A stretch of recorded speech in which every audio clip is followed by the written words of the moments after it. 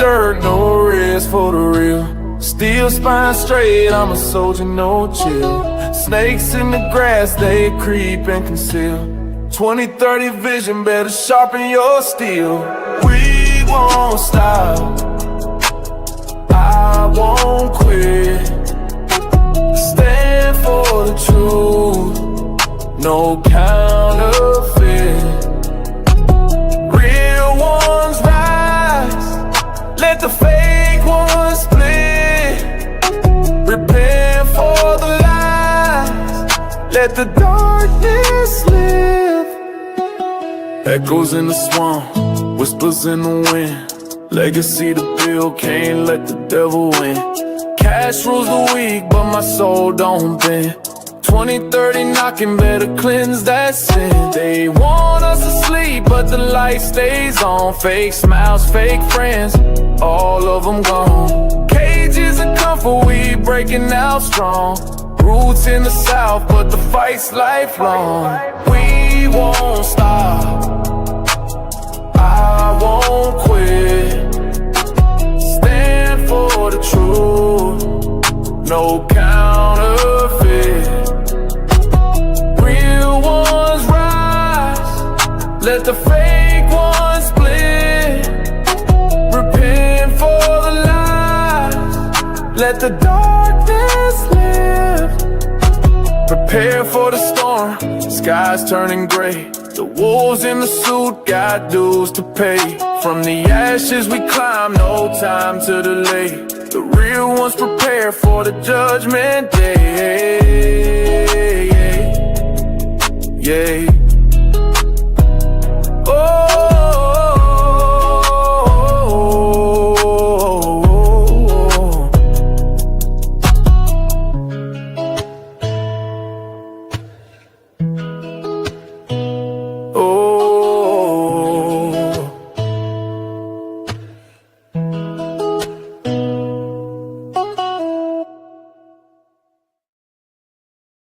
What's going on, everybody? Welcome back to ARP in the morning.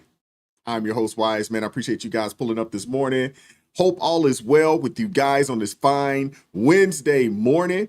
Happy hump day to you guys. It's the middle of the daggone week.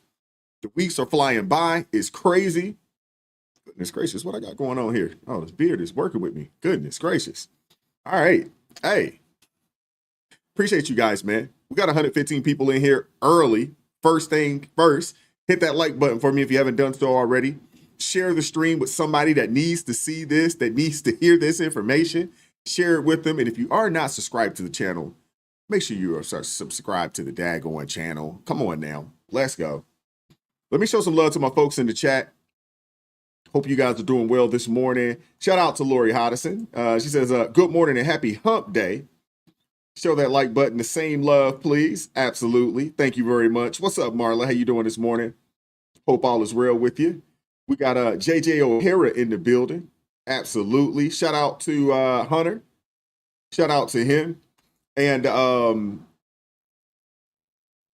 he always comes through with the Bible verse for the day. So we'll get that read right now. It says, the Lord is good, a refuge in times of trouble. He cares for those who trust in him. Nahum, chapter 1, verse 7. Appreciate that, man. Maybe it's Nahum. Appreciate that, man. Thank you, Hunter. Shout out to my guy, Kenneth. Appreciate you pulling up this morning. Jumped in there early. Shout out to you. What up, Zephyr? How you doing this morning? Hope all is well. What up, Mark Galvin? Shout out to Soul Driver. Appreciate you pulling up this morning. Hope all is well with you. Kevin Caldwell in the building. Shout out to you. Insanity's darling. Shout out to you. Appreciate you pulling up this morning. What up? What up? Cool Ramon. What's going on with you? What up, Nelly? How you doing? Toy Mafia in the building. Jane Fecta. What up, LJ? How you doing this morning? Appreciate you pulling up. What up, Quincy James? What's up with you, brother? Hope all is well. Angela Montgomery in the house. New Jersey in the building. Shout out to you. Appreciate you pulling up this morning. What up, Queen Chloe? How's it going this morning? It's good to see you. It's been a little minute. What's up, Melissa? How you doing this morning? Honolulu in the building. Shout out to you. All right, let's go. Who else we got up in here? We got Donald Lovejoy in the house. Shout out to you. Appreciate you pulling up this morning. Oh, LJ says she hungry only because I decided to fast. Hopefully you added some prayer with that. Hopefully you added some prayer with the fast. I'm a big believer in fasting. I do intermittent fasting. I work out on an empty stomach. I don't even normally eat until about 4 o'clock in the evening. That's kind of my schedule. So I'm a big proponent, on fasting. Fasting is good. And the longer you can go, if you can do some 2 days, 3 days, obviously, we want to make sure, if you're, have some health issues and things of that nature, you want to talk, speak with your physician or your healthcare provider, if you're thinking about fasting. But it is good. And it's a good way to heal your body for sure. So I'm a big fan of fasting. What's up, Edmar? How's it going this morning? Shelby died in the building. Shout out to you. Steve Edmister, how's it going this morning? Buffalo in the house. Back at home. Okay, I see you. What up, Scott Williams? How's it going? Mesa, Arizona in the house. Shout out to you. What's up, Reason Mahmood? Appreciate you pulling up this morning. We got Big Tim in the building. Shout out to you. Corrine Easley in the house. We got Laura Alex. Appreciate you pulling up this morning. Hope all is well. Mr. Largy in the building. What's up, Carol Reyes? How's it going this morning? God bless you as well. Thank you. Appreciate you. We got Deborah Carver in the building. Shout out to you. We got Amethyst Angel in the building. Grace and peace to you as well. Thank you very much. Thank you very much. We got Raw Mama. She's asking who's singing. Hey, all my music, it's all originals. I have them created just for the channel for copyright reasons, right? You go out there, start using artists, and it'll copyright it, it'll demonetize the entire channel. Not channel, but the stream. So yeah, but I'll have access to the music. I know a Righteous Perspective, the theme song, all my members, they do have access to it. The other two songs are fairly new, but hopefully I will have them up for the members as well here in the very near future. There's some things that I need to do in order to make that happen. But shout out to Wanda Fogel. Appreciate you pulling up this morning. We got Brian Gable in the building. Appreciate you pulling up this morning. Shout out to my guy, Malachi. Appreciate you, brother. Come through with the $5 super chat. Thank you very much. Greetings, wise, and thank you for mentioning us truckers with the English proficiency mandate and also calling out Chicago's 9-cent piece. Appreciate that, man. Thank you. Appreciate you supporting the channel. I got an affinity for truckers. I don't know if you guys know this. Maybe I've talked about it a little bit, but my pops owned a trucking company. I don't know him to do anything else but drive a rig, his entire career outside of the fact that I know he served in the Army, but I wasn't alive when he served in the Army. So, but all I know is that he drove trucks. That's it, and he got out the business probably about 5 or 6 years ago. He had a surgery on his back and neck. And so he's since, sold the business, sold everything, retired and chilling. But I have an affinity, for truckers, man. I have an affinity for truckers, man. Seriously. One of my cousins owns a trucking company. They're still grinding. They got a pretty decent sized company right now out of Roanoke. I probably shouldn't be telling all their business, but yeah, they're doing well. And they got a nice trucking business. And even him, I was talking to him when we had the family reunion and we were discussing it, and he wants to get out of it. But at the same time, he's doing very, very well with the business, but he's looking for a way to exit, here in the near future. So we'll see what happens with that. What's going on, Hardy Harmonica? Appreciate you pulling up this morning. We got RJ in the building. Shout out to you, RJ Hudson, man. We got George Santiago in the house. Shout out to you. Lena Harris, shout out to you. Appreciate you pulling up this morning. Appreciate you guys. We got LS in the building. Shout out to you, man. What up, Kenneth Moles? Shout out to you. Appreciate you pulling up this morning. We're going to go ahead and get things kicked off, man. We're going to get the show started. We she Donnie Murray. Shout out to you, Huntsville, Alabama, in the building. Shout out to Leslie Aaron. Appreciate you pulling up this morning. She said, I prefer the Ravens one. Yeah, hey, I got two teams. And I can have two teams because I don't watch the NBA. I don't watch college basketball. I don't watch Major League Baseball. So I have two NFL teams. I rep my Falcons. I rep the Ravens. And that's pretty much it. And I like UT football as well. So that's pretty much it for me. And I'm okay with UGA. I'm okay with UGA, but if I had to choose between the two, it would definitely be UT. Shout out to Mega Tamara. Appreciate you pulling up this morning. Hope all is well. Appreciate you. Ashley Knuckles in the building. Hartford County in the house. All right, you right up the way. Okay, I see you. All right, we got JK77777 out of Montana. What up, Chester, Massachusetts in the building. Shout out to you. What up, Mike C? What's going on? What's going on, C. Bergie? Appreciate you pulling up this morning. All right. All right. We're going to get things kicked off, man. Like I said, man, hit that like button for me if you haven't done so already. Hit that like button. Super chat, super thanks would be greatly appreciated. Shout out to all my ARP family members. Thank you very much for supporting the channel via, just being a part of the ARP family. Thank you very much. Shout out to Catherine for supporting the channel via Buy Me a Coffee. Thank you so much for buying me a coffee, Catherine. Appreciate the love and support. Shout out to Eric Plummer as well for supporting the channel via Cash App. And also, shout out to Reza Mahmood for supporting the channel via Cash App as well. I always want to make sure that I show love to people that show love to me and that support the channel and support what we're doing over here. Appreciate you guys, man. Thank you very much. Really, really appreciate it. Do not take it for granted at all. I do not. I do not at all, man. So thank you guys very much, man. Shout out to you. Good morning, Delinda House. Shout out to you. Appreciate you pulling up. And what's going on, Marlene? Appreciate you. Y'all make sure y'all show Marlene some love. I believe this might be her first time in the chat, so y'all make sure y'all show Marlene some love. And what's going on, Anita Pantoja? Appreciate you pulling up this morning. Shout out to you as well. Thank you guys very much, man. Hit that like button. And Kenneth says, Wise, have you considered a meetup? I have, and I am trying to get with a few other content creators out there, and maybe we could put something together. I'm not exactly sure where we would do it at, if we would do it in Atlanta or if we would do it in, out here in the DMV. I'm not really sure yet, but there's a few people that I have had this conversation with about putting together some form of meetup conference type situation. But I think it would make sense for it to not just be me, but to, have a few people in the space. I think that would be really cool. But yeah, that's something that's definitely on the front of my mind. And but at the same time, when you start talking about planning something like that, that's a process in itself. So that's something that I definitely, Lori said, Quincy's place, he can cook.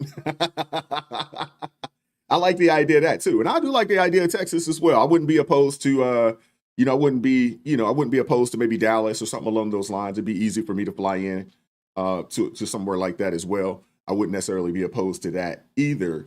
I think that would be pretty dope. But yeah, that's definitely something on the front of the mind. But I need to figure out. Oh, Quincy said he could cater it. Okay, I like the sound of that. I almost would prefer, maybe pavilion park wise, opposed to a building or something along those lines, and do something along the lines of a cookout or something like that, and we can just come, barbecue, chop it up.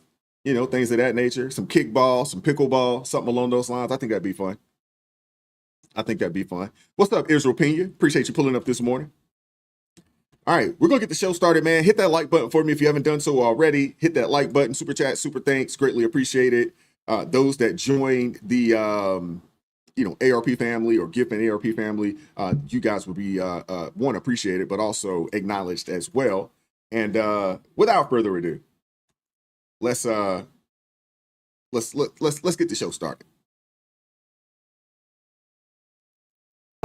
Units, when they're vacant, should only be rented to people who need affordable housing, not people like Zoran Mandami. You don't need to be renting rent-stabilized units to wealthy people. Otherwise, what you're doing is you're abusing the system. I'm going to propose not rent that apartment by law, except to a person who actually needs affordable housing. And I'm going to call it Zoran's Law because it's an abuse of the system. All righty, so the New York mayoral race is heating up as they get closer and closer to November.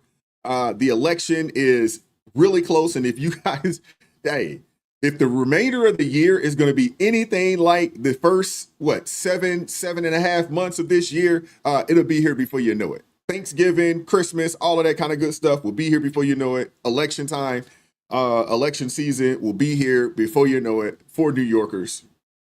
And Mondani, sheesh, Mondani's polling numbers are strong. I don't know if you guys have had a chance to see this, but give me a second. I want to pull this up for you guys just so you can see it for yourself. This is the screen I want to use. I want you guys to see this right here, man. He's leading by 14 points, according to Real Clear Politics Average. And there's a new Siena poll that came out this week that shows Mondani's leading by 19 points. And in fact, he's leading every single one of his opponents in one-on-one matchups, including big names like Andrew Cuomo and Eric Adams. Cuomo and Adams they're trying to pressure each other to drop out to avoid splitting the anti-Mondani vote. But even if one of them bowed out, polls still suggest that Mondani would still win. This is crazy. This is crazy. This hard to believe, to be honest with you. Hard to believe that a Democratic socialist is leading in New York City. I want you guys to see this right here. This is a Polymarket, New York City's mayoral election. And it's really, really reckless. I want you to come and pull this up.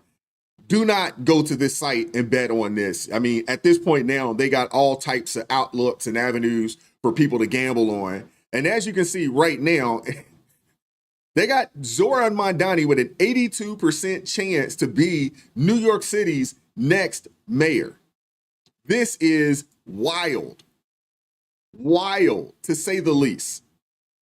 The betting markets have this man with an over 80% chance of becoming New York City's next mayor. I would say this is unbelievable, but I guess we shouldn't be surprised, right? I mean, this is where we are in 2025. And unless something changes, this freaking guy is going to win. Oh my goodness, man. Mondani's been raking in the endorsements. You have Elizabeth Warren jumping in on the bandwagon. She jumped in on it early. Wow. It's just hard to believe. Is this what the party should look like? Yes. You bet. The Democratic Party needs to stand up and be clear. We are the party that fights for affordability for working families. That means childcare, that means housing, it means health care. It means making this country work better for the working people who make this country work. All right, last question. I get a little excited about this. Okay. All right. You know what? Let's play her one more time. Progressive, social. Is this what the party should look like? Yes. Democratic Party You bet. The Democratic Party needs to stand up and be clear. We are the party that fights for affordability for working families. That means childcare, that means housing, it means health care. It means making this country work better for the working people who make this country work. All right, last question. I get a little excited.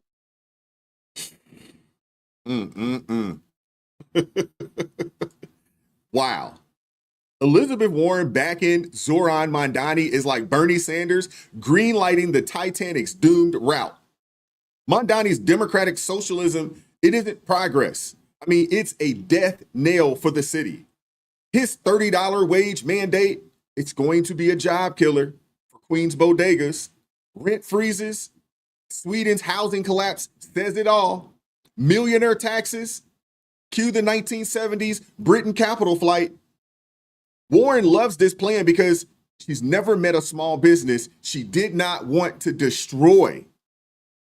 Mondani's affordable New York, 200,000 units with no funding, free child care from phantom taxes, and activist-run grocery stores. Oh man, this is a pure fantasy.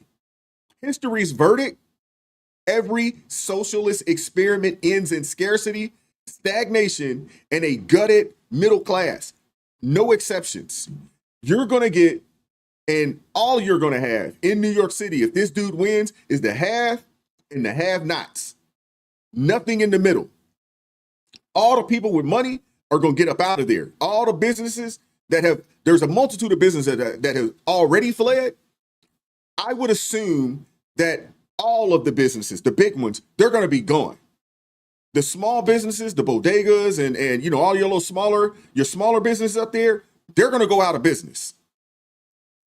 They're going to go out of business. $30 minimum wage. Ask California how that worked out for them. They lost, thousands of people lost their jobs. Thousands of people lost their jobs. And the crazy thing, it's not just Elizabeth Warren. It's not just Pocahontas supporting this guy. You got other establishment Democrats. They're jumping on the sinking ship as well. I would say that this is unbelievable, but it's not. It's not unbelievable. These people are crazy. Oh my goodness. While we work to take back the House in 2026 and the White House in 2028, we need Zoran Mamdani as mayor fighting against these betrayals right now. Yeah, that's right.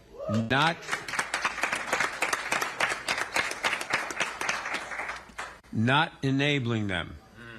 Every seat matters. Every race matters.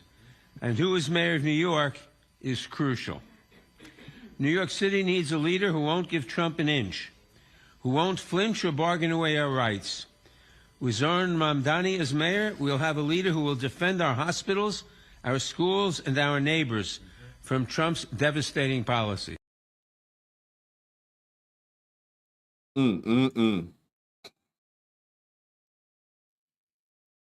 Oh, man. Wow.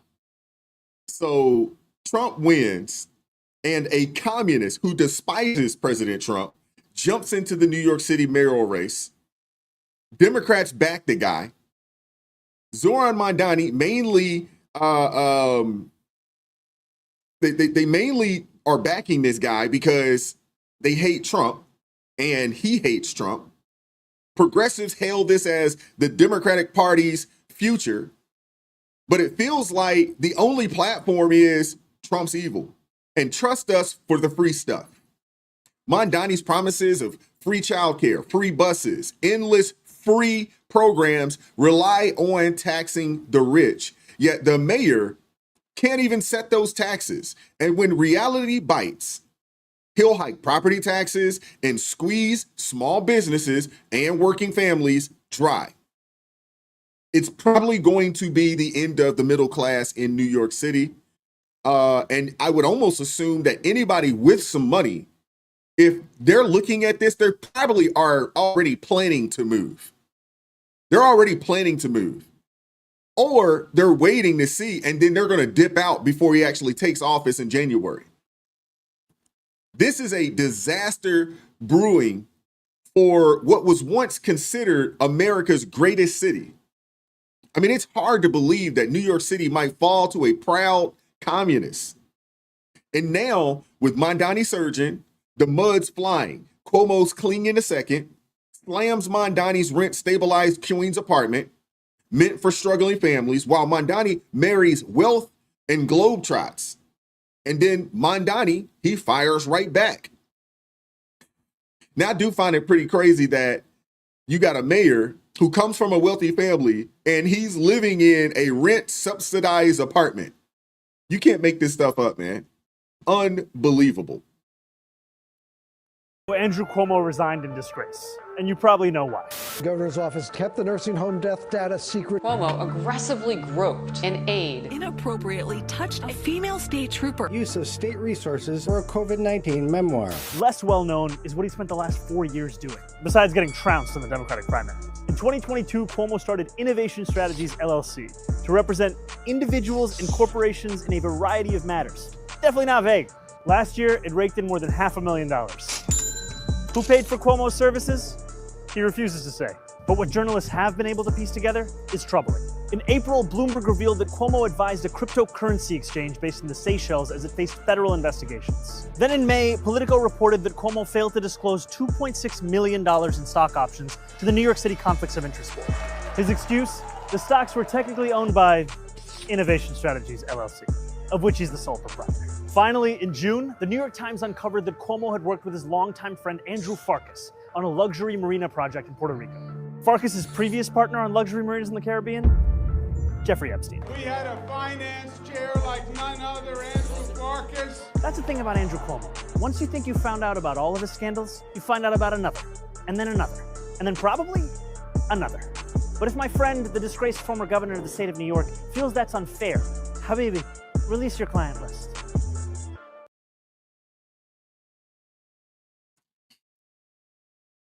Wow. Mondani's rise, it's a symptom of a fed up nation, man.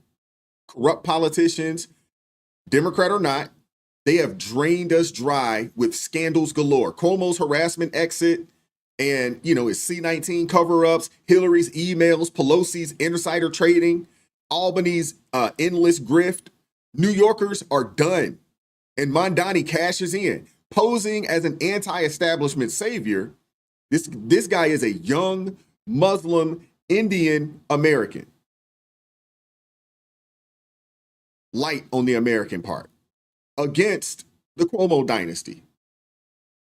But it's all smoke and mirrors, man. It's a mirage. A career politician since 2020, backed by AOC and Bernie Sanders. He's just a fresh face for the same socialist playbook that wrecked San Francisco with high taxes and broken promises. His own hypocrisy stings. This dude is living in a rent-stabilized apartment meant for the poor while earning $200,000 a year, owning guarded Ugandan property, and jetting off to global weddings. Cuomo's Zoran's Law targets this abuse. But the real issue isn't rent stabilization itself. It's killing affordable housing by scaring off developers who build luxury instead.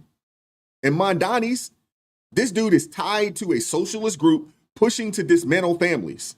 Yet Democrats like Jerry Nadler, they cheer him on as the future of the party. I mean, it's a mask-off moment, man. I'm a firm believer that when people show you who they are, you must believe them. You have to. And everywhere, elsewhere, Minneapolis, Omar Fada flip-flop on defunding the police and dodge the food fraud scandal. The far left surges, winning primaries with failed socialist ideas, higher taxes, rent control, big government, masked as equity. And if Mondani wins, if he wins in New York, it's going to fuel more radicals nationwide. And you got conservatives out there saying, hey, man, let the blue cities fall. But these ideas, they spread and it weakens us all. What happens in New York City could reshape America. And what will the world think when one of our greatest cities turns communist? I mean, this is the Democrats' radical Tea Party movement. A short-term GOP win, but a long-term threat. If even a few slip through. I don't understand what the people of New York City see in this Mondani character. How are y'all not doing the research up there and getting an understanding of how detrimental his agenda, his policies would be for the city? I don't understand how they can't see it. I just don't, man. It makes absolutely no sense to me. Shout out to my guy, Eric Smith. Good to see you, brother. It's been a little minute. I know you're working over there, working hard. Shout out to you. Appreciate the $5 super chat. Says, yes, you are correct. The Democrats are so corrupt. They have created a toxic vacuum and Mondani is the result. Yeah, absolutely, man. Absolutely. Michelle says, will God allow it? That's the question. That is the question. Will God allow it? Well, to answer your question, it's not about will God allow it. We have free will. We have free will to choose and do what we want. I think it boils down to what the people want. Now, there's been a lot of people out there historically that have called New York Gotham City. They've also called New York, the modern Sodom and Gomorrah. And that could very much be true. That could very much be the case. But there are a lot of people out there. I would assume that I would also assume that there's a lot of people out there that support Mondani, but I don't think there are going to be a lot of people that are going to vote. Just go out and vote in general. In the grand scheme of things, I just don't. Now, if the people in New York, if they knew what was good for them, they would go out there. There would be people out there shouting from the rooftops that, hey, we cannot afford to allow this guy to get into office. $30 minimum wage. Do you understand what that would do? A $30 minimum wage? How many people are going to lose their jobs on a $30 minimum wage? A ton of them. Tons of people are going to lose their job. How many small businesses are going to go out of business?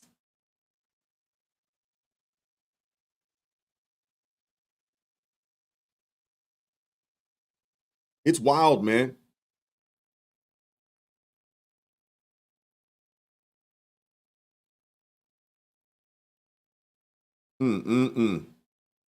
Yeah, it's a trip, man.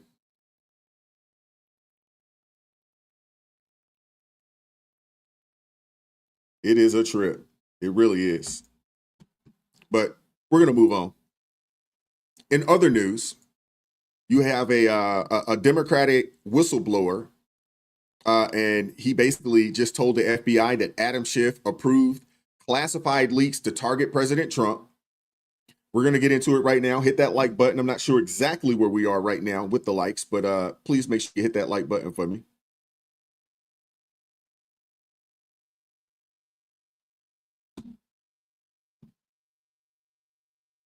Is this where we want to go? Nope.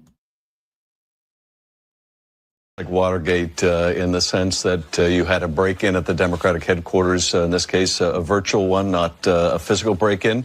And you had a president as part of a cover-up. And here you have a president doing a different kind of cover-up. You have a president peddling these falsehoods, and you have essentially people putting out propaganda like Rudy Giuliani to further that fiction. It is, I think, of a size and scope probably beyond Watergate, just not the Watergate the president is referring to. Or not. All righty. So, thanks to an FBI memo obtained by former Trump official Kash Patel and delivered directly to Congress, there are some serious allegations from a Democrat whistleblower. A Democrat who says Schiff himself authorized the leaking of classified information back in 2017 to smear President Trump during the Russia investigation. This is pretty interesting. This is some interesting stuff right here. Wait a second. Hold up. I'm missing something.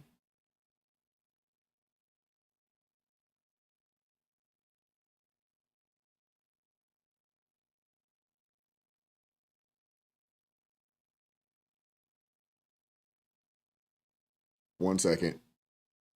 Technical difficulties over here.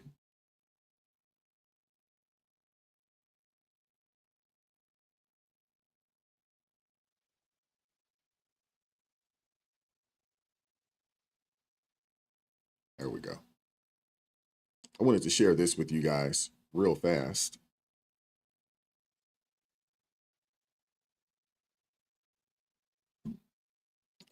See if you guys can see this. Hopefully you guys can see it. All right, so the whistleblower itself, he wasn't just an outsider. He was a career intelligence officer who happened to work for over a decade on the White House Intelligence Committee. And, he was a part of the Democrat staff. So according to him, Schiff held an all-staff meeting where he gave explicit instruction to leak derogatory classified material about Trump with the goal of building a case for a congressional committee or even a special prosecutor to go after President Trump. I mean, these people would stop at nothing to take the president down. They'd stop at nothing. Let me share this with you.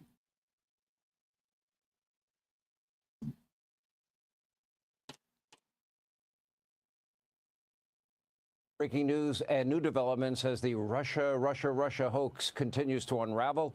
According to our friend John Solomon, and a new report tonight just out, and he will join us in just a moment, a Democrat whistleblower repeatedly was warning the FBI beginning in 2017 that the congenital liar Adam Schiff had authorized leaking classified information to smear President Trump, which, by the way, could be a violation of the Espionage Act. Here with more on this breaking report. The editor-in-chief, founder, chief investigative reporter, justthenews.com, John Solomon. This is a big story, and this is a Democratic whistleblower, and there might be other Democrats implicated as well, like Kinzinger. Yeah, well, one of the guys that's in here is Eric Swalwell. Now, that is secondhand information from the whistleblower, but the whistleblower actually attended a meeting with Adam Schiff when he was ranking member. Yeah. I stand corrected. It was... they both hate Trump, so I kind of mix them up. Yeah, they all merge together these days. Listen, this whistleblower literally sat in a meeting, he tells the FBI, where Adam Schiff authorized the leaking of classified secrets to dirty up Donald Trump and to try to build towards either a select committee in Congress or a special prosecutor. This whistleblower was a career intelligence officer. He had worked for the House Intelligence Committee, Democrat staff for a dozen years when he came forward to the FBI. He gave 4 interviews. He gave very specific information to the FBI, and nothing happened. Why? Because the Justice Department simply decided to take a pass. How many times have we sat around in the last decade and heard, we're going to get to the bottom of that classified leak, and then a few months later, we couldn't get to the bottom of that classified leak. In the case of Adam Schiff, they got to the bottom of some classified leaks, but the Justice Department chose not to act. So tonight, past attorney generals, people like Merrick Garland and Jeff Sessions and Rod Rosenstein, who was acting on Russiagate, they've got some serious questions to answer. Did they know about this Adam Schiff stuff? Why did they allow it to be passed on? And will anything happen in the current Justice Department? My question, wasn't it a hearsay so-called whistleblower that led to the entire Ukrainian impeachment? Just refreshing my memory. Yeah, exactly. And it turns out that what he described in the call wasn't actually an accurate description of what happened. In this case, eyewitness in the room with Adam Schiff, able to deliver to the FBI. The good news is that Kash Patel has gotten these documents to Congress. By the way, this is the first of several major leak investigations we're going to see over the next several days. You're going to see other major people that were clearly identified by the FBI as having leaked classified secrets. Their own staff turned them in when interviewed by the FBI. Nothing again happened. It's a common pattern. The question now is, in Donald Trump's Justice Department, does that dynamic change? All right, good.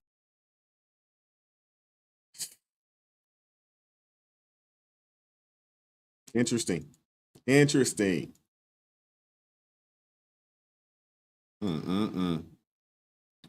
tell you, these people, man, they're something else. They really are. So we got this whistleblower here who basically told the FBI that Schiff's actions were unethical, illegal, and treasonous. He alleged that Schiff targeted President Trump while hiding behind the Constitution's speech and debate clause, promising staff immunity, fired for lacking party loyalty after raising red flags. The whistleblower also fingered Eric Swalwell as a potential leak source. The FBI interviewed him as well multiple times, even into 2023, signaling credibility. Yet the Justice Department decided to pass on a prosecution, citing the same clause. Schiff allegedly, we got to say, turned a shield for legit lawmaking into a cover for a political hit job. And for years, I mean, this dude hyped up more than circumstantial evidence of Trump and Russia collusion, dodging details, but claiming it was it was plain, it was in plain sight. Man, sometimes, man, it just really makes you wonder, man. It really does. It just really makes you wonder, man. These people are, they're something else.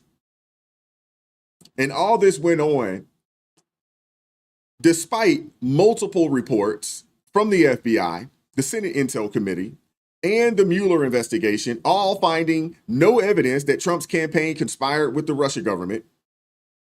Schiff, he kept going with it anyway, feeding the narrative lying through his teeth. Mainstream media, they got to play a role in this as well. They helped to push it. And, there was an example here where, he said that he had no idea about the whistleblower. This Schiff character, he's something else, man. He really is something else.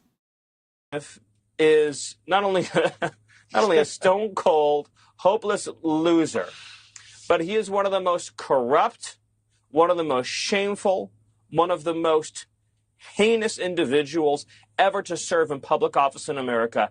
And everything he's devoted his life to has been debunked, discredited, and discarded. He literally represents the face of failure. His sole achievement in life was fighting a losing war against Donald Trump, and now President Trump is in the White House, and Adam Schiff is the leader of a dying and dethroned movement. It really is amazing. Think about what the Democrat Party is fighting against. What are they trying? Oh, man. The walls, they definitely could be finally closing in. I sure hope that is the case. Oh, let me put myself back up on the big screen. I hope that is the case. John Solomon, he reports that this isn't a one-off either. He also says that there's more cases dropping soon. FBI has evidence pinning high-profile Democrats as classified info leakers, ratted out by their own staff. Yet the DOJ did absolutely nothing, man. This is a pattern here, man. Pattern.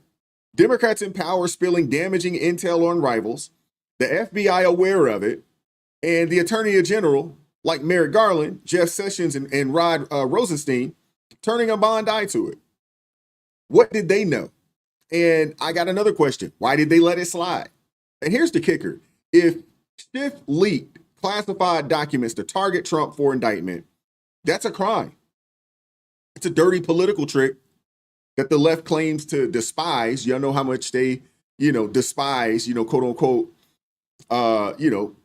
playing dirty in politics, but that is what they do. That is what they do. They're always, the pot calling the kettle black. They're always projecting. That's what they do best, man. This is why they yell weaponizing the government, at Republicans, but they've been doing it for years. Honestly, it doesn't reek of innocent. It really just, it's just blatant projection, to say the least. That's really what it is. These people are ridiculous, man. They really are. Go after the president's enemies. They could open investigations of people for no reason, with no evidence. They could potentially pressure prosecutors to move forward with charges without an adequate basis. Now, I have faith in the court system that those cases ultimately get thrown out. I have faith in the jury system, but they could really turn people's lives upside down in the process. And of course, merely opening an investigation against someone, even if it's without merit, that can create a cloud over that person. And I'm sure one way they, may be contemplating going after their enemies is to open unwarranted investigations, make the fact of the investigation public, and attempt to smear people.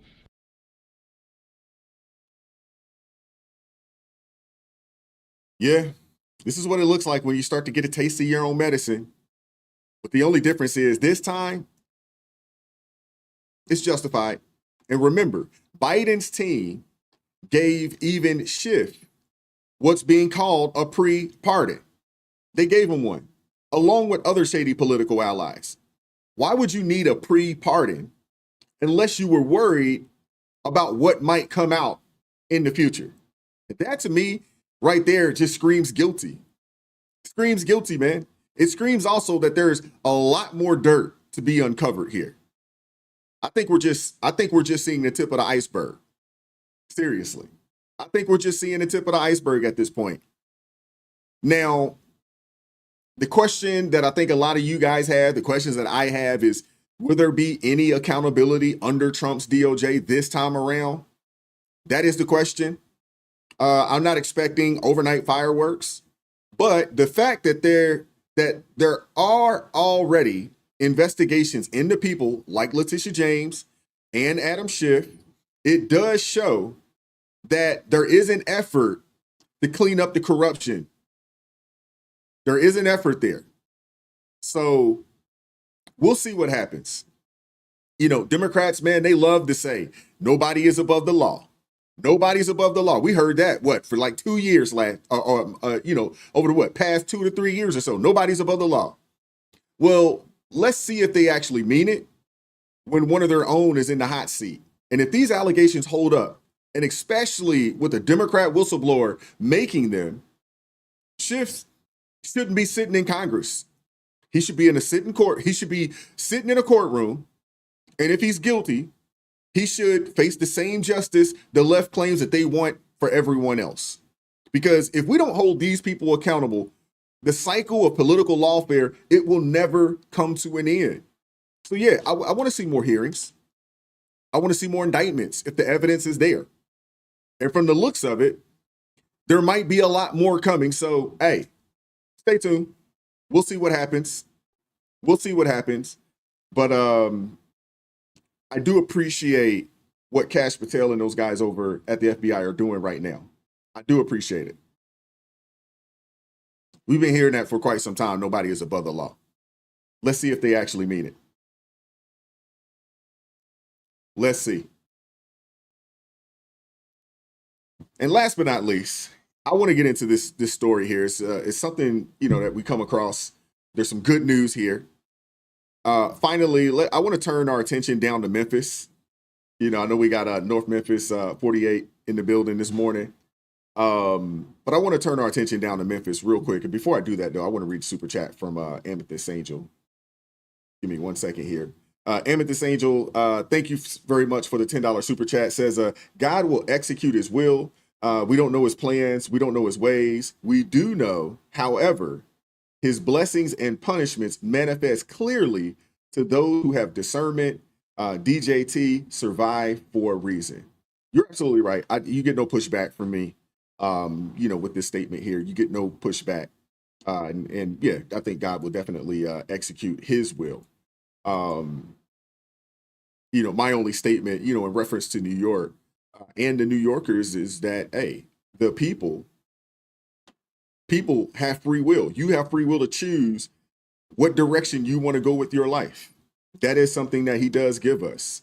So when you have a large swath of people out there choosing to go this communist socialist route, I don't know if God will get in the way of that. I don't. Shout out to Ernest Spencer with the $2 super chat, or super sticker, more or less. Thank you very much for supporting the channel. Appreciate you. And Billy W., you may actually be right there. She says maybe NYC needs to hit bottom before it moves into the positive. Yeah, you're absolutely right. That could be it. That could be it. Maybe they need more. Maybe they need the businesses, all of the businesses to leave, the bodegas to close, the empty grocery stores ran by the government. Maybe they need it. Angela Montgomery, you're absolutely right. You're absolutely right. Israel wanted a king, and God let him have one. You're absolutely right. He did not get in the way. Interesting. It's interesting. Michelle says, yeah, Wise, I agree that God may not get in the way, but he can. Yeah, he definitely can. He definitely can. The question, or, I guess the question is, will he? I don't know.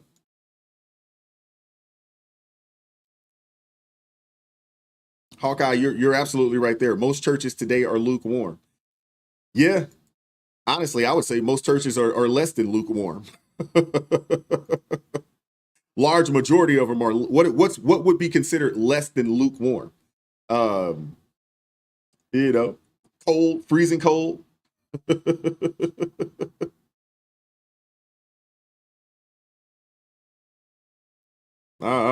We'll see. All right, so I want to move on to a positive story, something that came across the timeline down in Memphis. There was a woman that says 2 customers that she calls her superheroes saved her from a man swinging a baseball bat inside a laundromat. I don't know if you guys had a chance to see it, but I wanted to highlight, because we're always talking about a bunch of negative stuff and things of this nature that's going on, man. Let's highlight some positivity that's going on in the country. It started as a regular day at the laundromat, but then it turned into a very scary situation. A woman came face to face with a man with a bat before 2 men took him down, and a security camera captured it all. ABC 24's Ezekiel Telemaco joins us now. Ezekiel, you talked exclusively with the victim and the customers who came to her rescue. Is that right? Yep. So it's a pretty crazy story, honestly. And this happened at Ellie's Laundromat on South Pauline Street, and it started when workers banned a man from the property, and then it took a violent turn when he attempted to come back. I was drying and washing his clothes, and he told me that I didn't need to be on my phone. And I was like, huh? I didn't understand what he was saying at first because I didn't hear him. So I was like, huh? And he was like, you don't need to be on your phone. I was like, why not? He was like, because he was washing his clothes or something. And I was like, okay. And then he had left. Hendricks says she thought that was the end of it, but minutes later, police say Joseph Leak came back, and this time he was yelling at customers and swinging an orange baseball bat. That's when 2 customers, Donald Young and Reginald Harris, stepped in. Wow. All right, so the drama unfolded at Ellie's Laundromat on South Pauline Street. I'm not sure if you guys are familiar with Memphis, but, you know, it's down on South Pauline Street. Reports say that the bat-wielding man was banned earlier that day for causing trouble, but he stormed back, armed, aggressive, and itching to intimidate. Witnesses describe him swinging an orange baseball bat, shouting at customers, and zeroing in on a female employee. Now, let's be real. You don't bring a bat to a laundromat to chat. You don't. You bring it to break things, spread fear, or even worse. And as the worker faced this threat head on, 2 heroes, Donald Young and Reginald Harris, leapt into action, disarming and pinning him down until the police arrived. Caught on security cameras, this rare triumph, unlike the usual crime tales, leave the community beaming with pride. Thankfully, there are some strong men that were in there that were able to step in, step up, and intervene. Glad I was able to hold them down instead of shoot them, because we have enough of that going on in the city, and I think it portrays the city in a negative light. Harris says he never came to the laundromat expecting to be a hero, but he thinks it's everyone's responsibility to help each other. I didn't come in here to be a hero. I came here to wash clothes, but I think you need to interact where you see a need. And it's everybody's job to do that in the community. That's what made Memphis what it was. And while many are calling him courageous, Harris says his heart is with both the victim and the suspect. You know, a lot of people say, well, you know, he's this, he's that. But you know what? My heart goes out to him, too, because I don't want to read about him dead, and I don't want to read about her dead either. I'm tired of seeing that go on in our city. And like I said, you know, we can talk about it or we can do something about it. Harris says he hopes this moment helps remind people of what Memphis used to stand for. Back in the day, if they saw you, you know what I'm saying, people intervened. And they even told your parents. There was a thing called pride. There was a thing called morality. And I think that needs to return back to this city. He's absolutely right. He's absolutely right there. I agree with him. I agree with him on that. And I'd like to see that return back to all cities around the country. We have so many men that are not being men, that are not standing on their square the way they once were. You know, my grandfather's generation, man, it was a different breed of men, just a different breed. My grandfather never left the house without at least 2 guns that I know of for sure. He might have had a few more. You know, my great uncle was the same way. Boyd, he was the same exact way. So, yeah, shout out to Harris. Shout out to Harris. He didn't just neutralize the threat.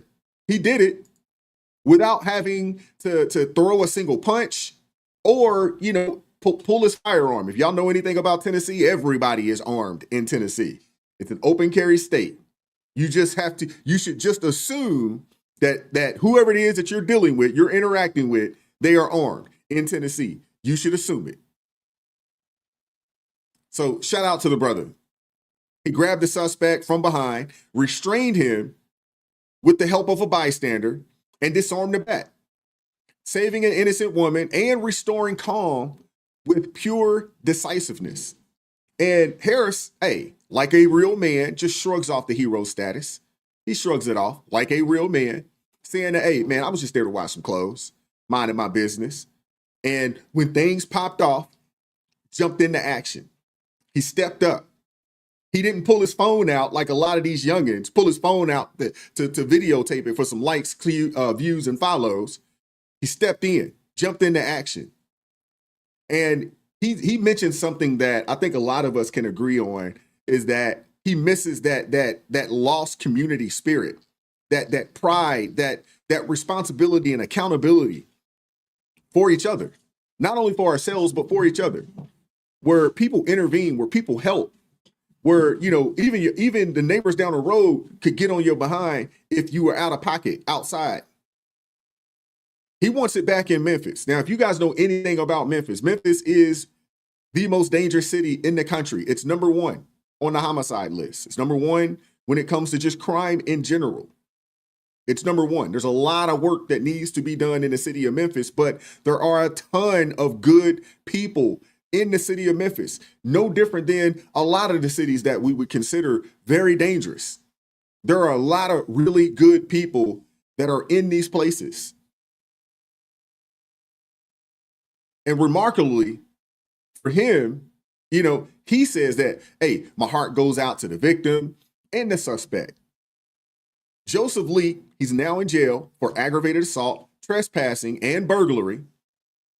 And, you know, echoing Luke chapter 23, verse 34, Father, forgive them, for they do not know what they are doing. Harris rejects violence plaguing the city, balancing justice with compassion. And for 8 tense minutes, Harris and Young, they held Leak without injury until the police got there. And in a time of rising crime and crumbling communities and infrastructure, this stands out as a testament to courage, restraint, and duty. Are they Memphis Supermen? Probably not. But that day in that laundromat, they were the heroes that the city desperately needed. And they shown themselves as solid examples of what men are supposed to be in America. We've gotten so far away from it in our country. We've gotten so far away from it. And a lot of it has to do with the feminist movement, you know, pushing the masculinity that God gave us. And they tried to call it toxic when you need strong men. Strong men are needed in this country, probably more than ever. There is entirely too much or too many soft, weak, limp-wrist men running our streets right now. Too many emotional young men running our streets right now.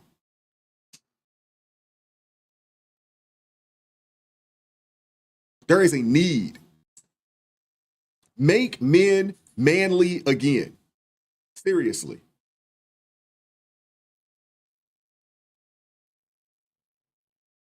Shout out to those brothers out there in Memphis, man. Shout out to those brothers out there in Memphis, man. Seriously.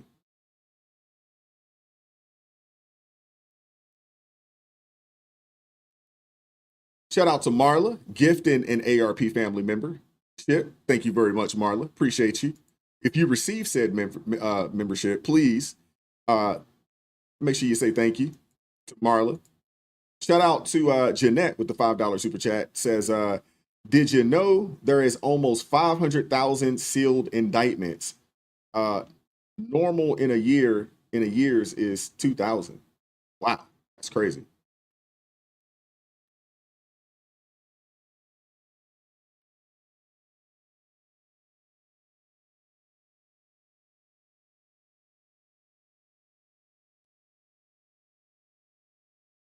Mm-hmm. North Memphis 48 says Memphis got a church on every corner. That's interesting. Yeah. Eric, you're absolutely right. You brought up a really good point, with the parents. He says there are no homes with parents. Yeah.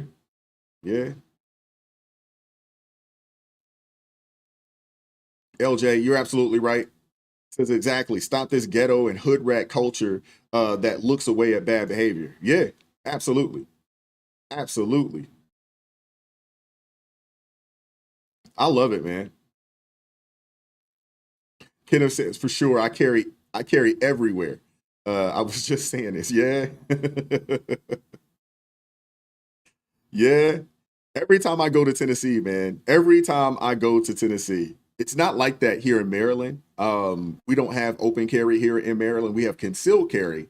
So I would assume that there still are, a good amount of people that are carrying. You just can't see it because by law, we're not allowed to showcase. And honestly, I don't really think you want to walk around for everybody to see your firearm. I mean, you're just really opening yourself up for, somebody to rob you or something along those lines if you're not paying attention. But when I go to Tennessee, man, it is nothing to see people walking around with holsters on their hip like it's the Wild Wild West, man. Nothing. You see it a lot. But honestly, it makes me feel safe, especially if I'm in a restaurant or something along those lines, because I know, there are people in here. There are good people. There are a ton of good people that carry firearms, and they're going to do the right thing. They're going to do the right thing.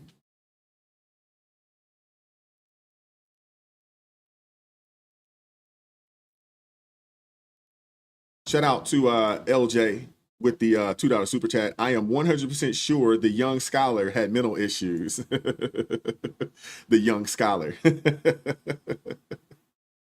Y'all crack me up with that. Every time I hear that, it makes me laugh because I know what y'all mean. It's the opposite because typically they're not young scholars, unfortunately. Shout out to Drinking Gourd with the $5 super chat. What's going on, Asa Guy? Good to see you, brother. Said America needs men. Absolutely. Not just men. We need real men. Real men. No, that happened out in Memphis, Carol. That was Memphis. But I do agree with you, Asa Guy. We need not just men, real men. Willing to step up and handle business.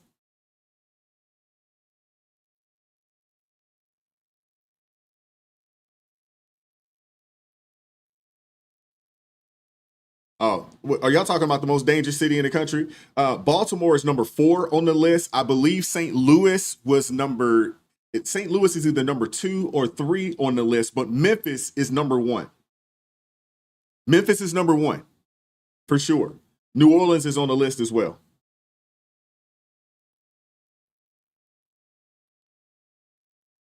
It's wild, man.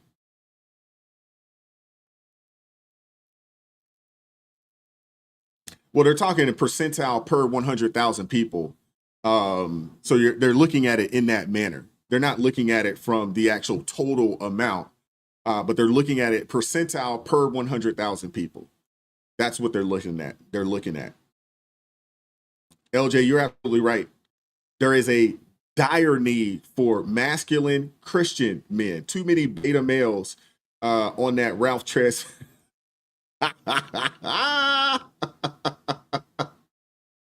Oh man, Eric, yeah, you're right. 8 minutes. It took 8 minutes for the police to get out there. Says it sounds like DC's messed up 911 system. Yeah, that's a long time. But hey, liberal cities, man, they've defunded police and things of that nature. That's kind of what you get. And that's why having a firearm is so important, man, to protect yourself, because when you need the police and you got seconds to make a decision to police, it's gonna be minutes for them to get there. In Memphis, we're looking at probably 8 to 10 minutes before they get to you. It's crazy. It's crazy.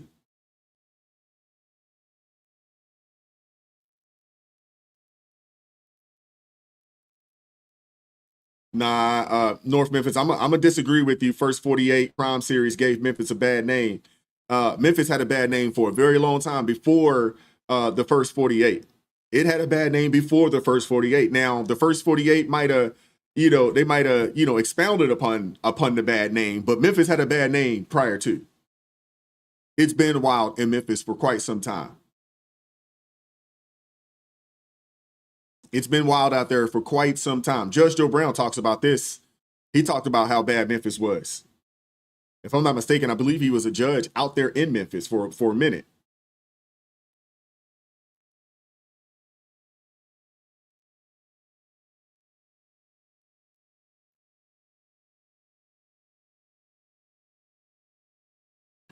Yeah. Hey, Adam Price, I know a lot of people want to blame hip hop and things of that nature, but I think, the entire music industry, I think the entire entertainment space is demonic. The entire entertainment space is demonic, whether you're on the music side or the movie side, it's demonic. When you hear about the rituals and, all the things that you got to do if you want to get on, anytime, for you to blow up and make it big, you got to put on a dress. If you're a man, if you're a woman, you hear the stories of the women getting, just turned out by, all types of folks. I mean, it's crazy. Shout out to Eric Smith with the $5 super chat. Says, speaking of manly men, what was that thing with all those men running around in red dresses in New Orleans? Man, we're going to talk about that on Friday. On the panel show. There's some red dress run or something that they have down in New Orleans, and there was a bunch of dudes with dresses on. Yo, I don't know what is going on with a lot of these black men, but it is outrageous. I'm gonna say it. People are probably not gonna like it, but we got a lack of spiritual guidance. We got a lack of guide problem in a lot of in the black community right now. Just getting on board with any and every old thing, man.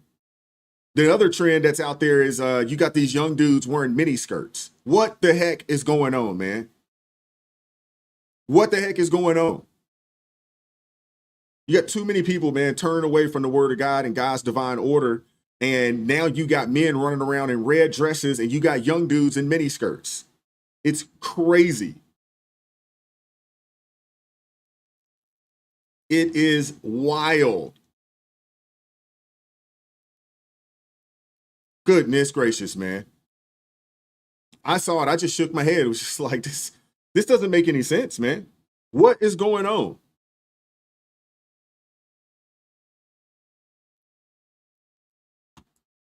It's really sad, man. It's really sad when you think about what's going on in America. But when you also think about what's going on, in black communities around the country, I mean, it's just crazy. The fact that you have people protesting against cleaning up some of the worst neighborhoods in DC. Like I said, there are a lot of good people in these communities. No different than, those brothers down there in Memphis.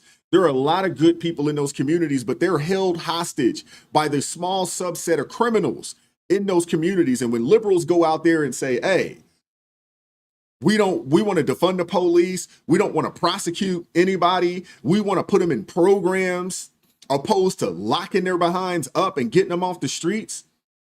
What they're doing is that all the law-abiding citizens, the good people that live in these communities, what they're doing is telling those people, you don't matter.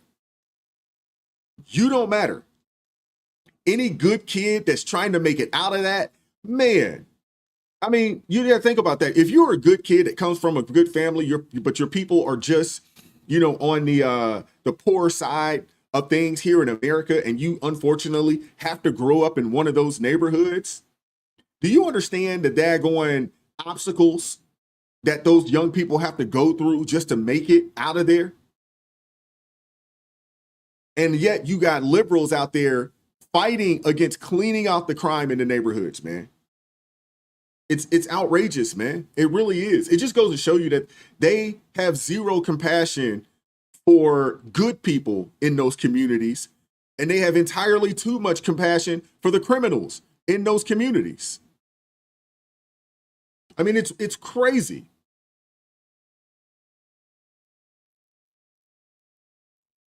Hey, North Memphis, I know, and I'm not trying to say that Memphis doesn't have good people. I've been to Memphis. I've actually been to Memphis a couple of times. It's a really cool place. Got some really good food. I'm a big fan of the barbecue out there. There are some good people. I met some good people out there in Memphis. There are some good people there.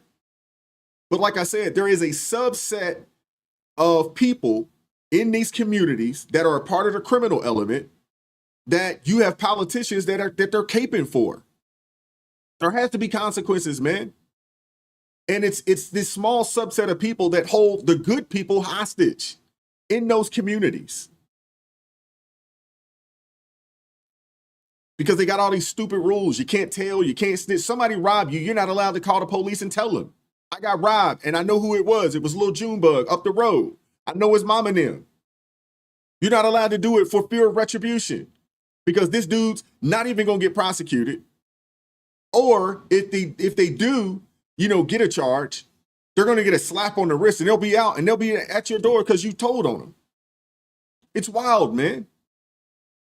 I mean, think about the cognitive dissonance. I don't know if you guys watched the video I put out yesterday, about what's going on down in DC. You had a guy in DC, black guy, who says, ain't nothing wrong with DC. DC fine. But then he goes to tell us that he got robbed not once, but twice. In broad daylight. In DC. But it's fine? And you don't want anything done about it? Do y'all understand how crazy that sounds? I mean, it makes absolutely no sense, man. And I want to know, when are the people in these communities, the good people? The good people are going to stand up and say, enough is enough, man.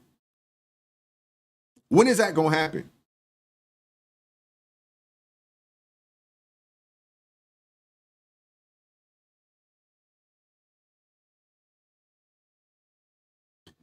It makes absolutely no sense to me, man. None.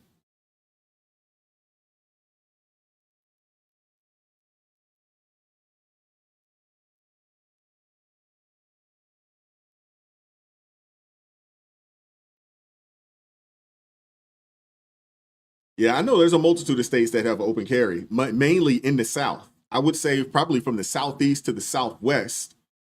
Those are mainly going to be your states where it's open carry. I believe probably from, and quote me if I'm wrong on this, but I would say probably from North Carolina down to Florida, out to Texas. I'd say New Mexico, but I'm not really sure. I'm not really sure about New Mexico because I know New Mexico is really, really very liberal, very, very democratic. So I'm not sure if New Mexico has open carry laws. I'm not sure. Ohio, yeah, Midwest as well. Midwest as well.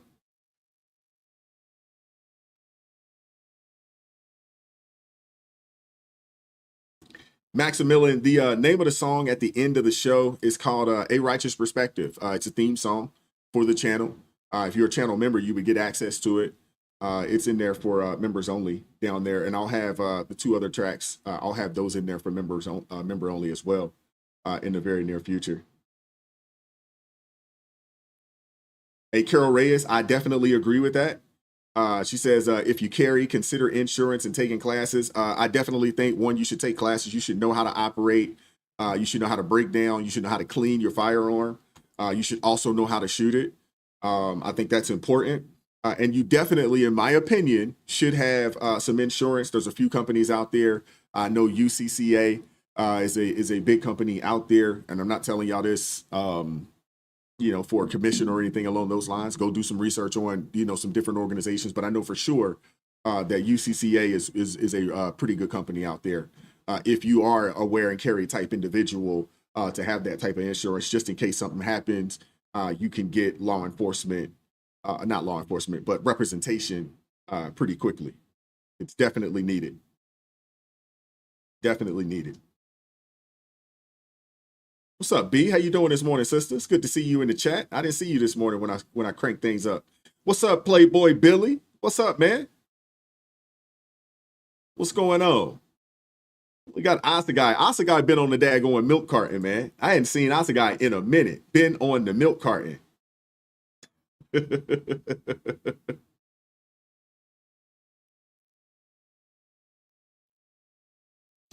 Yeah, Dr. Collins said, I never lived somewhere where our Second Amendment is suppressed. Yeah. Yeah. So that means that you do not want to live in the Northeast. Anything from, I believe, Jersey and up, all the way up, please. Good luck. Good luck.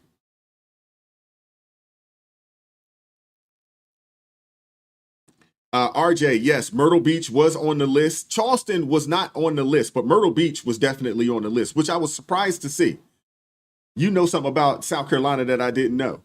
I was surprised to see Myrtle Beach on the list as one of the most dangerous cities in the country. I was surprised. Let me see if I can look it up real quick.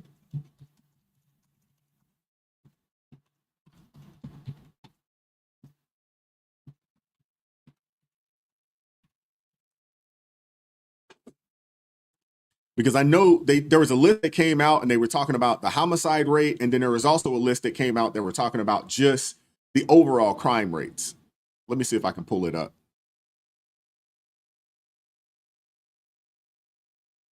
Obviously, we're not going to have numbers for 25 yet. Whoa.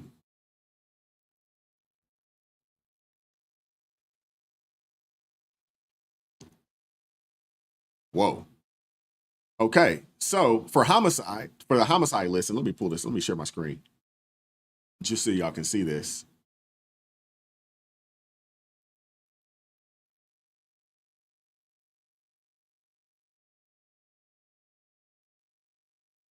All right, there we go. So you can see right here. So it says when you look at total and North Memphis, you're absolutely right. And like I was saying, it wasn't based off of the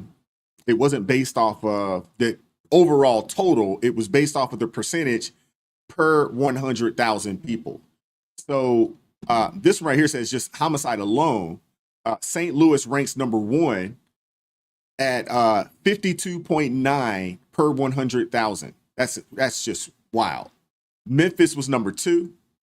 Baltimore 3, New Orleans 4, Detroit, Cleveland, Kansas City, Washington, D.C., Atlanta. There is a running theme here.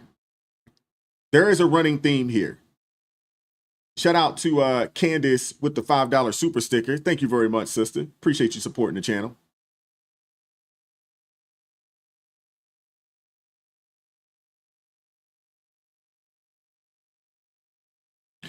Leslie Aaron said the first 48 was using subtitles for Memphis like they were speaking a foreign language. Yeah, if you're not from down there, some of those folks definitely on the countryer side of things. And if you're not from down there or familiar with speaking with Southern country folk, yeah, it would be difficult for you to understand what they're saying. Shout out to Asa Guy with the $5 super chat says, I'd like to tell you about the need for men. Send me a link. We need to be honest. We need to be honest, America. I can do that.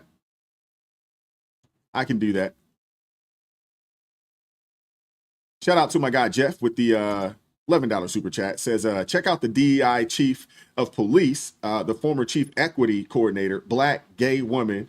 When she didn't know what the chain of command was, DEI is now exposed for the crime it was. Oh, yeah. Hey, Jeff, I covered that yesterday. That's in my video that came out yesterday. About what's going on down there in DC. It came out yesterday. Democrats lose it as Trump takes on DC crime head on. Yeah, you had the daggone chief of police who didn't know the meaning of chain of command.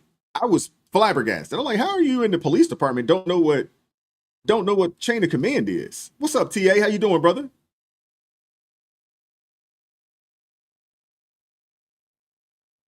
But when you look at this right here, you look at this list. Now, overall, Chicago is number 1. Overall. When you think about overall homicide, Chicago's number 1. Last year, they had 573 homicides. That is insanity. New York City, number 2, Houston, number 3, Philly, number 4, LA, 5, Memphis, 6.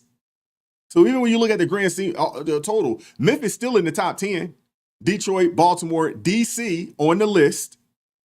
Dallas on the list overall. So when you look at it overall, Washington, D.C. is top 10. And when you look at it per capita, Washington, D.C. is still top 10. They're number 8. Can we stop acting like there's nothing going on in these places? Can we stop that? Shout out to Playboy Billy, man. Thank you very much. Can we stop it? Carol Reyes said Chirac. Yeah, they call it Chirac. They've been calling it Chirac for a long time. There was a time in Chicago when there was more deaths in Chicago than there was of people that were killed in a war zone out in, I believe it was either Afghanistan or Iraq. I can't remember which one, but I remember that came out, this is obviously a while ago at this point, but I remember that came out and people they couldn't believe it. Couldn't believe it. Shout out to my guy Jeff with the $11 super chat. Says not one Republican controlled city on either list. Coincidence? Absolutely not. Absolutely not. Absolutely not. Think about that. I was getting ready to say that. There is a running theme here. Every last one of these cities in the top 10 are Democrat led, and you probably could go down the list. We know Nashville's blue. We know that much. Albuquerque, New Mexico, I would assume blue. You look at Stockton, that's California, blue. Philly, blue. Minneapolis, blue. Indianapolis. Somebody help me out with Indianapolis. Is it blue? I'm not sure. Oakland for sure, blue. Chicago, blue. Cincinnati, blue. I'm not 100% sure about Louisville, but I'm gonna just go out on a limb and say blue. Milwaukee, blue. Atlanta, blue. DC, Kansas City. Yeah, there's a running theme here. Everywhere that these people are in charge, these are the most dangerous cities in the country. Everywhere they're in charge. Everywhere that they're in charge, these are the most dangerous cities in the country. Ridiculous.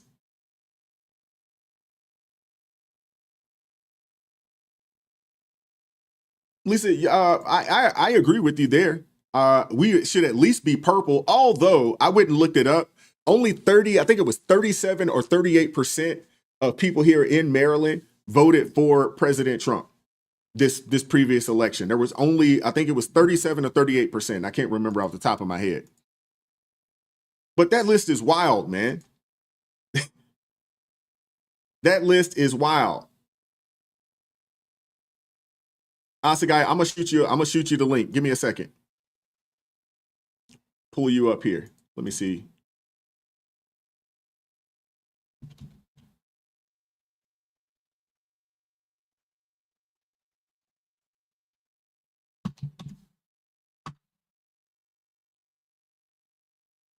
All right, Guy, I just shot you an email.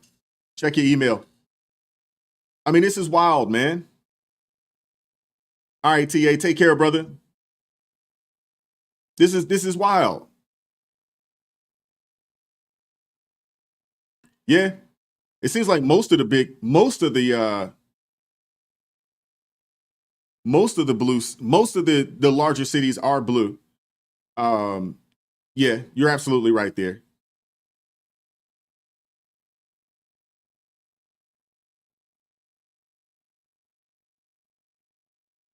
Lisa said, everyone, where do you stay at in Maryland? Because, I mean, if you're on the Eastern Shore, if you're in Hartford County, makes complete sense. Eastern Shore, Hartford County, or if you're way west, Western Maryland, makes complete sense. But if you're in Montgomery County, PG County, Anne Arundel County is purple. Baltimore County is blue. Baltimore City is blue. Yeah. And if you go south, what is that? Calvert County, things of that nature, I believe blue. Yeah. Number, if I'm not mistaken, I think it was 37 or 38% of Marylanders voted for President Trump. We only have one Republican representative, which is his district is Hartford County, And he has all of Hartford County, a little bit of Baltimore County, the northern aspect of it, and then the Eastern Shore. Yeah, Indiana is a red state, Carol, but Indianapolis, I'm almost for certain it's a blue city. Indianapolis is a blue city and a red state.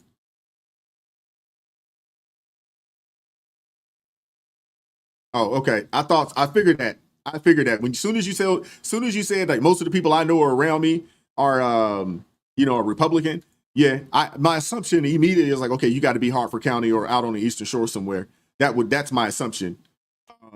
Because like I said, the only Republican representative in the state, his district is that district, Hartford County, Northern Baltimore County, and the Eastern Shore. That is his district. So yeah, Tennessee is a red state, but unfortunately, the cities are blue. Memphis, Nashville, blue. Knoxville, blue. I mean, it's wild, man.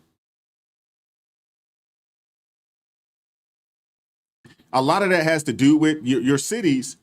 Typically, your cities in these states, the cities are going to have, unfortunately, a larger population of minorities, the larger population of Black people, larger population of Hispanics in these cities. You look at Milwaukee, larger population of Black folks and Hispanics. Historically, those people would vote blue, no matter who. And you could almost see that, in every city, North Memphis is gonna ask me, bro, how you got a Falcons hat? Hey, I have two teams. I live in Baltimore. I definitely support my Ravens out here, but I grew up, middle school, high school in the Atlanta area. So I've been a Falcons fan for a long time, dating back to the 90s. Dating back to the 90s, man.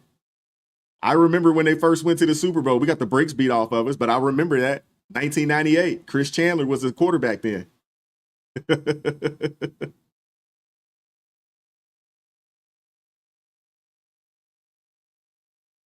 Right in front of you says, Black people will never connect those dots, though.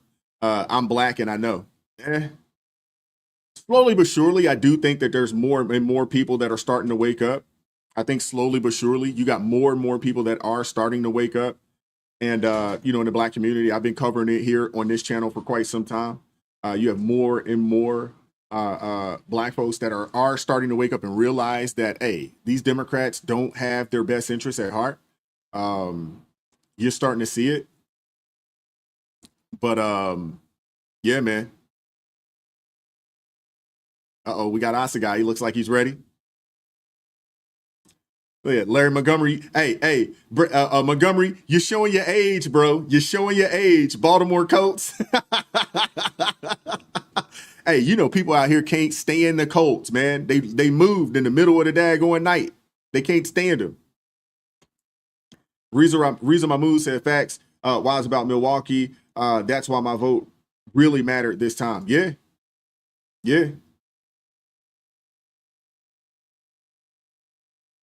Oh, North Memphis, I understand.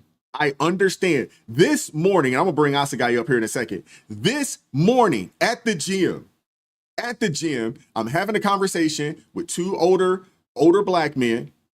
I talk to them all the time, and they're good dudes overall. They're just staunch Democrats, and they will not change. And the thing is, they're not even with anything that the Democrat Party is pushing today, but they will not change. They suffer from, they have a wicked case of Trump derangement syndrome. Wicked case of Trump derangement syndrome. That's why I was saying this last year, previous election. I was like, older Black folks are cooked.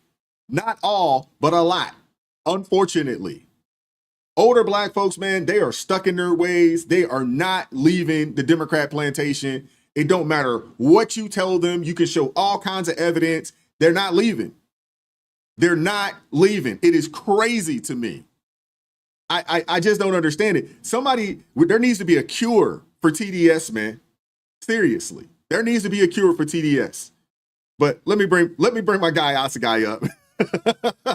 Hey, if any of you guys have the cure for Trump derangement syndrome, please send it my way so I can share it. There are some people that need it. Goodness gracious. What's up, Asagai? What's going on with you, brother? What is up? Oh my God. There's so much stuff. I've been in here just like running around, say, ooh, ooh, ooh, and I gotta say this and I gotta say that. And so I'm gonna start off with I'm actually in Indianapolis. I'm in Indiana. And yes, it is a blue city, Indianapolis. It's run by Mayor Joe Hogsett. And this guy is one of the worst Democrat mayors. And then you combine that with he has one of the liberal prosecutors who are just letting people out, slap on the wrist and or not even prosecuting. I believe we have no cash bail as well. And Indianapolis is an it hole, okay? Because the downtown has become very dangerous. There's always homelessness. There's always drugs. Some guy recently lit his crotch on fire. Okay, he lit his crotch on fire, and he's standing there in the street. It's a video. I'm gonna have to send you a link for it. And this is what we've been dealing with. So yes, blue cities are to blame. They are to blame for all their problems. It's astounding because I come from the Bronx, New York, and it's the same thing that happened in the 70s and the 80s when you had Ed Koch and Dinkins, okay, who were soft on crime, and guys were getting out all the time. And what are they going to do? They're going to do it again. They're going to do it again. These are children. These are children in men's bodies. And that's the problem. And you were talking about men. You were talking about, crime. Okay. You notice that guy that stood up for the woman. He looked like he was Gen X. Okay, he looked like in our generation, and that's because we grew up with ass whippings. Okay, we grew up with. Oh, really? You really want to go there? My mom one day, and God rest her soul, she we were in the supermarket one time, and I was fussing. I was like, I wanted this cereal or whatever, and she told me to put it back. And I snuck it in the cart, and then I was fussing about something else, and she saw that she saw I was in the cart. She picked it up, and a can of vegetables or whatever just flew by my head, right? And I turned to look, and she had another can in her hand, and she's like, "I didn't have to miss the first time." Okay, so my mom was 5 foot nothing, 100 pounds, soaking wet with mud on her shoes, wearing a jacket, and I feared that woman. Okay, I feared her, and that's why unfortunately, it goes all the way back to removing men from the household. Okay, so now we have all these women trying to raise men, and I'm sorry, and I'm not sorry. A woman can't raise a man. Okay, no, a woman can't. You need a man. Can I add something to that? Sure. Not only do I agree with you 1,000%, but I don't think that a woman can raise a young lady by herself. I think it takes. You need both. People. You need fathers and mothers. Exactly. It's important, man. It's important. Why do you think we have so many women out here talking about how strong and independent they are? They don't need anybody, but they're on the system. They're on assistance. You know what I'm saying? Or jumping on social media after they realize, like, wait, hold up. Somebody, I got a bad, this is a bad deal. No, I need somebody. I need help. And the reality of it is, and the thing is, there's no shame or no shade towards the sisters out there that come to that realization that they do need the help. There's no shade to them. The thing is that if they would have had a father in their life, he would have been the example of the help towards mom. and vice versa, to realize and get an understanding that that balance is needed. We need each other. We need each other. You know what I'm saying? We all play a role. So, you know, when people say that the women can't raise the men, they're not doing a good job raising the women either. The family structure is the basis of all society, and it's worked this way from the beginning. Okay, and so if we destroy that, which is exactly what the left has been trying to do for so many years, is destroy the nuclear family. Once you do that, and this is something that they learned from slavery.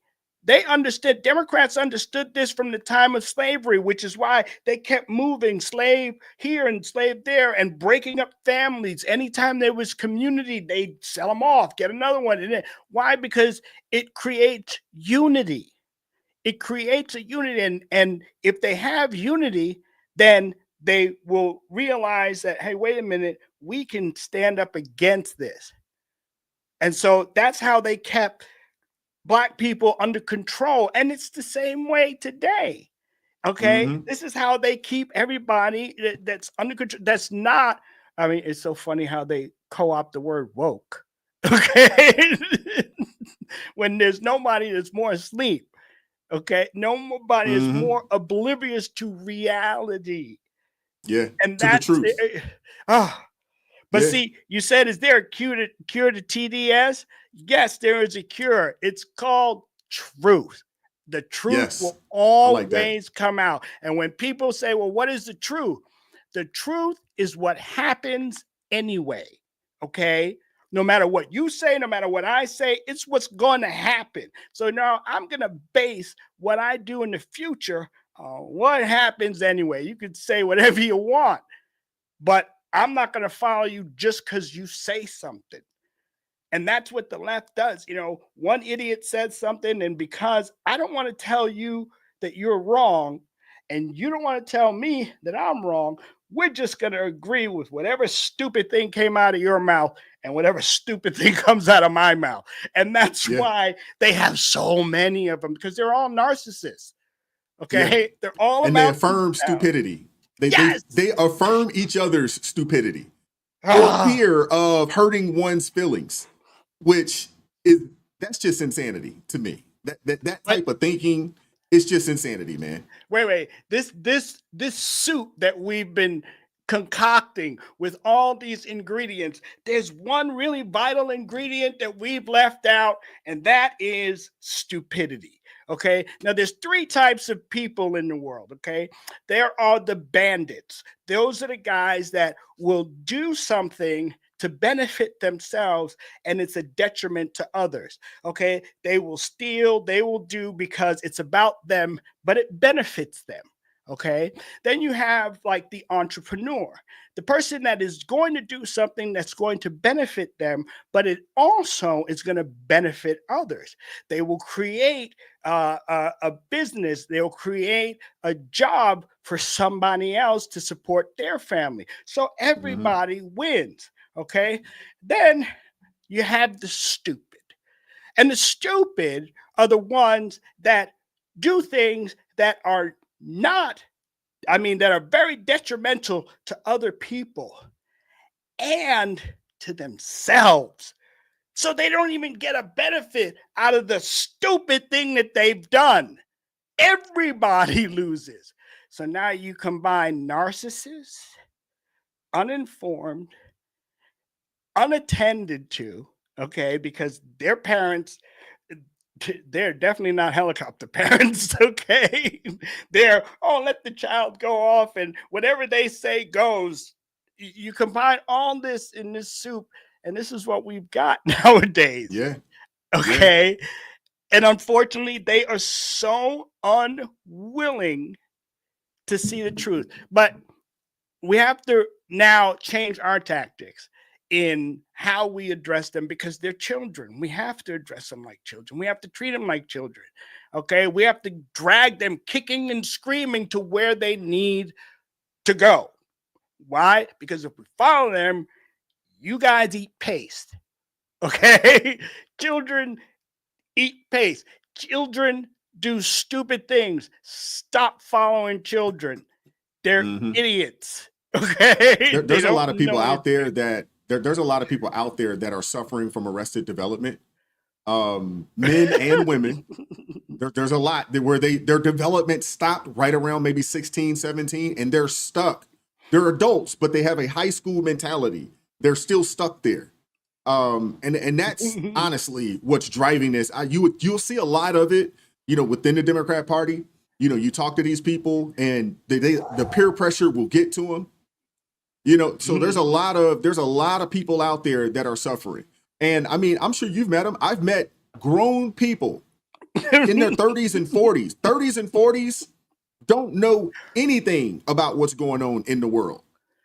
And when they tell you, oh man, I gotta get up on what's going on. I gotta go get my information. And you ask them where they're gonna get it. I gotta start watching CNN. I'm like, no, don't go there.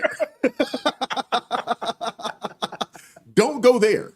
But you have a lot of people that are willfully ignorant, and they are, although they are, 30, 35, 40, they have the mindset, the mentality of a 14, 15, 16-year-old person.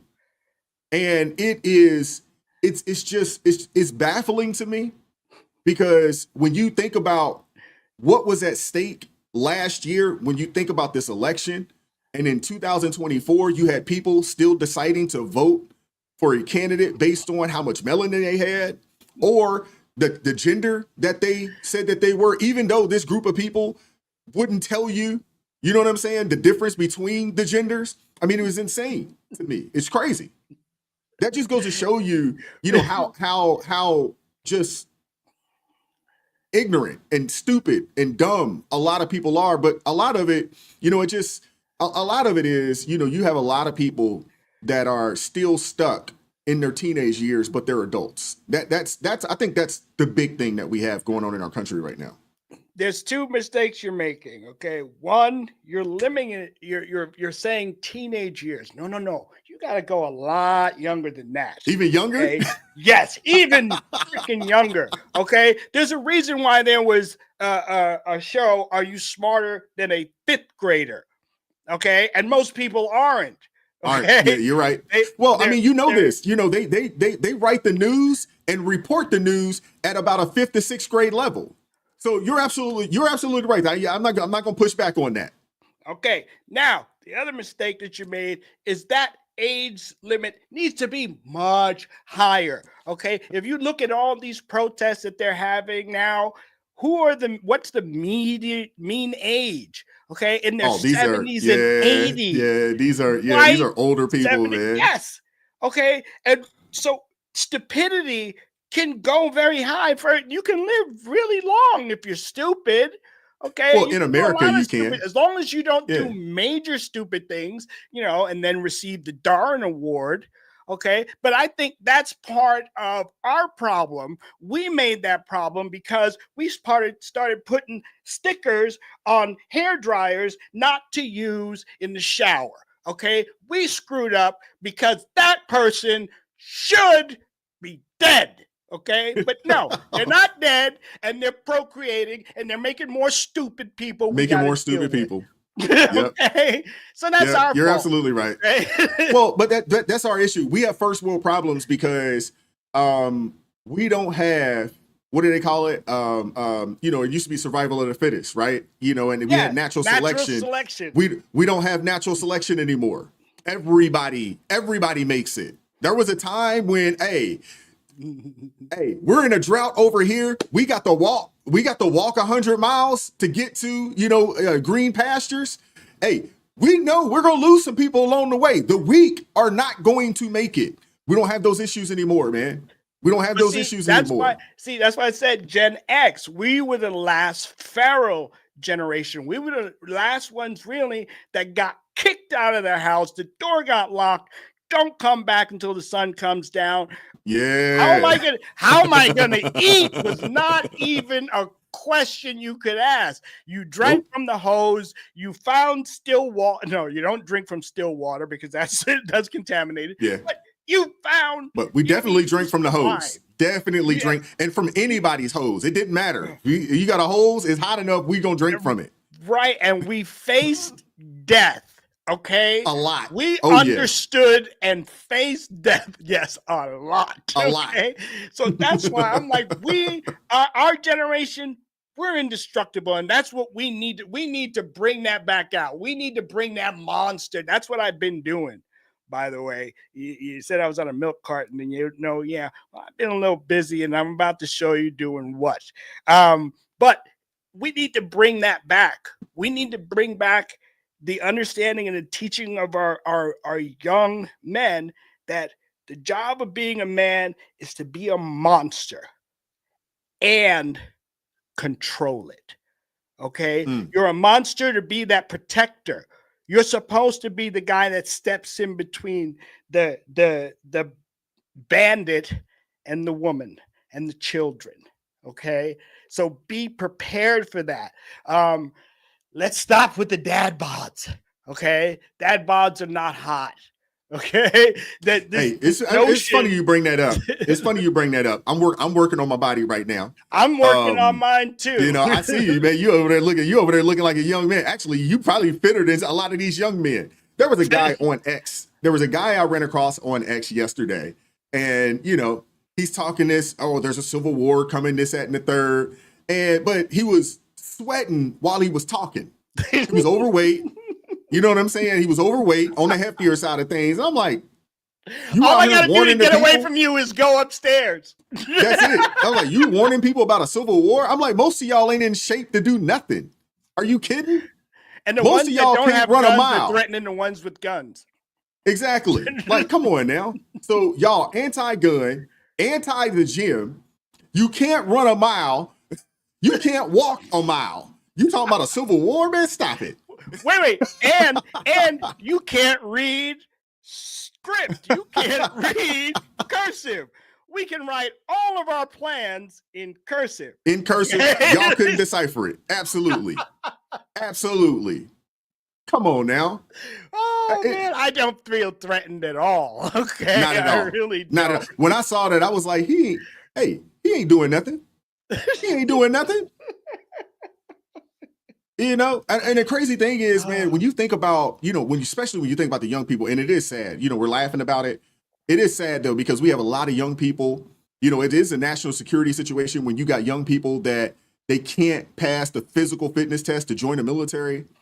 You got so many young people, drugged out right now. Fentanyl is just running rampant, through the young folks right now. It's really, really unfortunate what's going on. It's really unfortunate what's going on. And so I'm in agreement with you. The dad bod's got to go. I got a little bit of a dad bod. I'm working on it right now. Me too. I'm working on it. I just can't. The nutrition. Okay. Hey, they say you can't outwork a bad diet. Yes, exactly. You cannot outwork a bad diet. You have to change what you put in your body. You got to change it. Yeah, I've been trying to eat like a king, meat and vegetables, trying to cut it. But the meat sometimes is fried chicken. Okay. Yeah. You got to cut that. I got to cut it out. But I'm working on it. I'm doing the same thing, man. I'm working hard, in the gym. I'm in there. I'm in the gym 6 days a week, Monday through Friday, though. I'm up. A lot of you guys, man, I'm up at 4:30 in the morning. You know what I'm saying? Sometimes a little earlier than that because I'm working on some things. Sometimes I'm getting up a little earlier because I'm working on things for the show before, you know what I'm saying? And then I'll go hit the gym, then I'll come back and I'm continuing to kind of work on some things before we get started here at 9:30. But, I want to make sure, I want to make sure that I can run at least a mile at my age. I should be able to run it in 10 minutes or less. I do a lot of farmers. I do a lot of farmer walks where you're just holding weight and walking. I try to do more things that are practical to life because I have these thoughts. I'm like, what happens if the lights go out? I don't want to be the old out of shape dude that can't do nothing. I don't want to be that guy. If the lights go out, you know what I'm saying? I don't want to be one of the first to perish. And I do agree with you. I think you should be, I do think you should be exercising your Second Amendment right. we're doing that as well, and not just having, but also going to the range and making sure you're know what you're doing, you know, with said firearm. I think that's important, man. Well, and that ties into kind of what I've been doing. I've been taking a lot of military and law enforcement training, learning a lot of gunman, using your gun as a tool, understanding that I'm not becoming a gunfighter. I'm becoming a fighter with a gun. Okay, the gun is just a tool. It's just a tool. Yes, it's just a tool. You need to learn how to use that tool, but it is just a tool. You are the weapon. Okay. And so I also been learning some knife fighting, because what if someone gets your gun?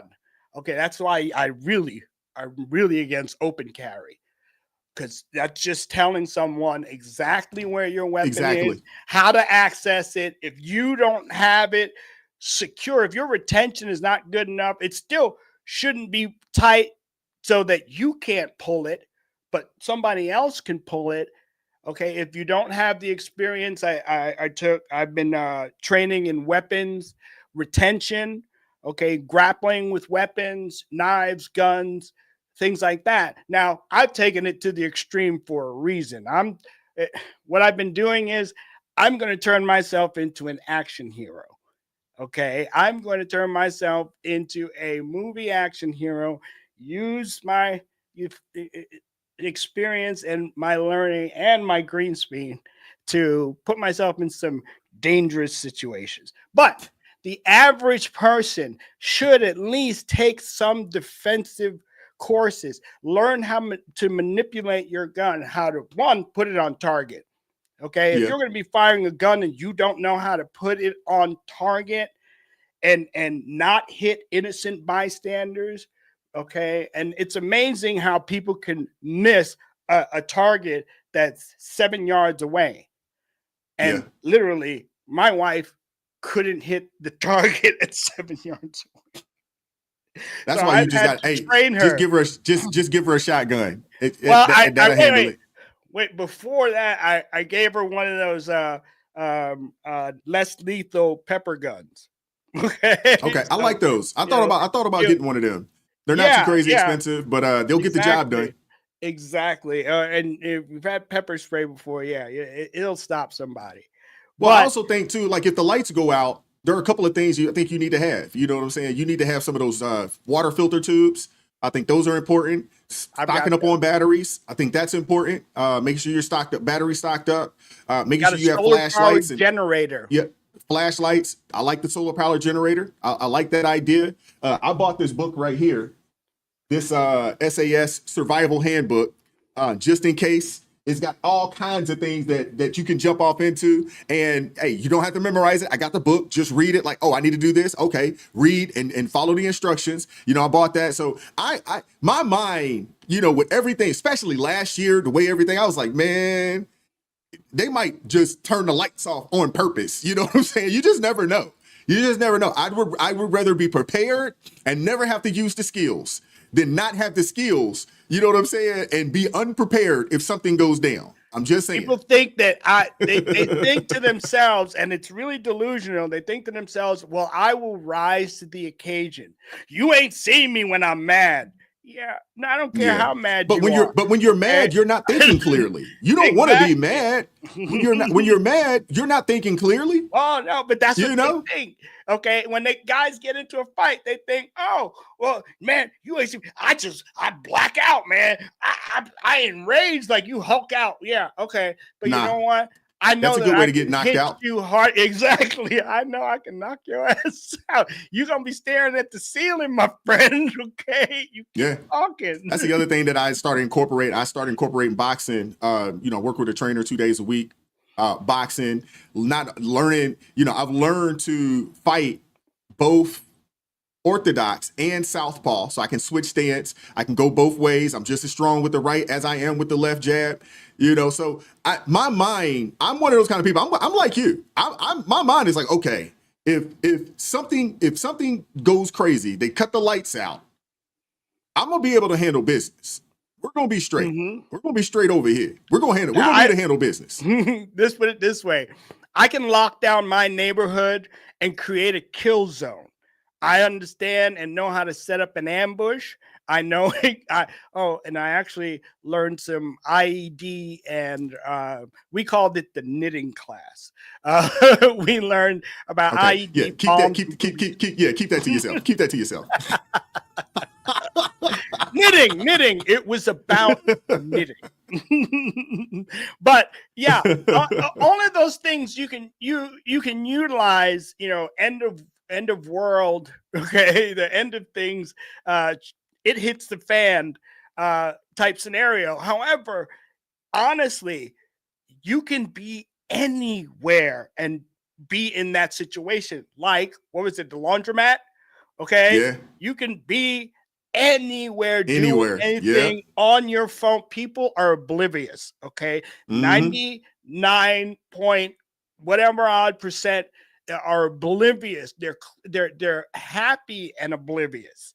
And I'll prove it to you. Go to any mall and purposefully stand there in the middle of the food court with all the people and look around and see who might be looking at you. Okay, I guarantee you, if someone looking at you, it's a security officer. Okay, and he's scanning also. So people walk around with their phones in their face, their headphones on, clueless to the outside world, and then they have a gun in their face. Okay. Yep. Don't close yourself off. When I worked in the city, I worked in Baltimore City for like 5 years. And I used to go walking all the time. I used to walk, because it's walkable. And I used to go out, for lunch. Normally I would bring my lunch and then I'd eat real fast and not go outside and walk for, maybe 30 minutes or so and just kind of walk and peruse. And young lady, exactly how you described, on her phone, oblivious to what's going on. Some youngins walk up on her, snatch her phone, punch her in the face, boom, take off running. She looking around like, did you see who took my phone? I was like, yeah, there's some young dudes that ran up that way, but it was just like, but it happened so fast. It happened so fast. No, it didn't. Okay, and I'm going to tell you why. I did some surveillance, counter surveillance. Okay, thieves work in groups. Surveillance is in groups. You can't just have one person watching somebody. You need to be able to switch off and change what's around them because people will notice a pattern. But a thief has been watching you. They picked you out of the crowd and they've got someone else watching you, and they will maneuver you. They can maneuver you into a secluded place. And you think, oh, this is just random. No, they picked you for a reason, because people's body language, their demeanor, you can tell a lot about their behavior and who they are. And you can, they know how to prey on that. And most people, they don't understand that. So see, when I go on, typically they're looking for path to least resistance, right? They're looking for that path to least resistance. They don't want to, because I know for me, I'm walking around, and I'm a fairly bigger guy, 6'2" and 2 and some change, so I'm a fairly bigger guy. And no change. I mean, you're looking, I'm sure folks are looking, and they're like, there's easier prey out there. There's easier fish to go out there and go catch. But I'm also one of those kind of people. I like to make eye contact with people. When we're walking, I'm making eye contact with folks. I'm letting you know that I see you. You see me. I see you. I see you. And I'm not closed off. I'm looking at what's going on. Absolutely. Watch hands, because I was watching this video of this woman walking down the street and stabbing people. She stabbed 15 people before they stopped her. And the video was her walking down. She stabbed some people, and this other guy that came down, he kind of veered away from her. We don't know whether he saw her hands or not, or saw her do it, but he was looking at her, and then he veered and got away, and he didn't get stabbed. And that's the difference between, like I said, now that I've learned what I've learned, everywhere I go, I'm switched on. Okay, I'm looking. I understand how to pick out that anomaly, the guy that's most likely going to cause some trouble. And that's to protect my family. My wife is benefited to everything that I've been doing, because now she has armed security everywhere she goes. Okay, and she don't have to pay me. So yeah, but yeah. don't be that guy. Okay, get yourself some training, learn something. Hopefully what I'm doing, I'm going to try and use to inspire other people to do for themselves, because you don't want to be the guy standing at the bank. You don't want to be the guy standing getting something from the bodega and it happens. No, Yeah, you want to be because the you're guy. oblivious to what's going Yes, on because and you not paying haven't been paying attention. attention. Exactly. Yeah. You want to be the guy that notices, hey, wait a minute. This guy's wearing a trench coat and it's 90 degrees out here. Why the hell is he wearing the trench Yeah. coat? Why is that the case? Yeah. Okay? Yeah. I want to answer this question right here from my guy Reza Mahmood. He said, why someone said, can you carry and still be saved? I'm interested on your thoughts on that. To answer that question, I definitely think, yes, that you can carry. You can definitely protect yourself and still be saved. You definitely can. And I need people to stop acting like Jesus was some punk and like the disciples were some weak men. We got to stop. We got to stop acting like that. Now, I will say this. You know, Wait, Jesus ear. Remember? The yeah, ear getting cut He off. did preach. He did sword preach with him. non-violence. But during that time frame, if you really think about the historical context of the time frame, and Ed, absolutely, Peter carried a sword. But I would almost contend, although it doesn't mention it in the word, I would almost contend that Peter wasn't the only one with the sword. Because during that time frame, it was normal for people to carry short swords or daggers during that time frame for protection. Think about the way they traveled. So it wouldn't surprise me one bit if Peter wasn't the only one with the sword. You know what I'm saying? So now we're not out here, and you should not be out here to start trouble, but you do have the right to defend yourself. And I do think that you can be saved and be someone that carries with no issues. Yes, I with no agree. issues. I totally And agree. I need people to stop acting like the disciples of Jesus was just walking around without protection. Like They were we need to relying stop on that. Jesus's miracles. Okay, they were Yeah, relying seriously. on, We got to got stop this acting dude. like we got to stop did you acting see him like these stop were the some storm? weak men. Seriously. We got to stop acting like these were weak men walking around. They were not weak. Jesus wasn't weak. Do we not recall what happened in the temple? Do we not call what he did to the money changers? Like, come on now. He wasn't some docile, weak man. Come on, man. Let's stop that. It's ridiculous. And to be honest with you, if you are going to church, and they don't have armed people in said church right now, you should have armed people in said church right now with all the craziness that is going on. There is a spiritual battle happening right now. There is a full-fledged spiritual warfare going on right now. I'm not going to say that it's coming. I'm saying it is here. It's here.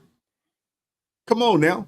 But there are too many people out there with this, with this soft turn the other cheek gospel. And I mean, I reject that. I reject that. I call the all real Pastor Peace. Shoot me an email. And I'll send you the link. I'll let you pull up. Appreciate the $5 super chat. You be harder to kill. Make yourself harder to kill.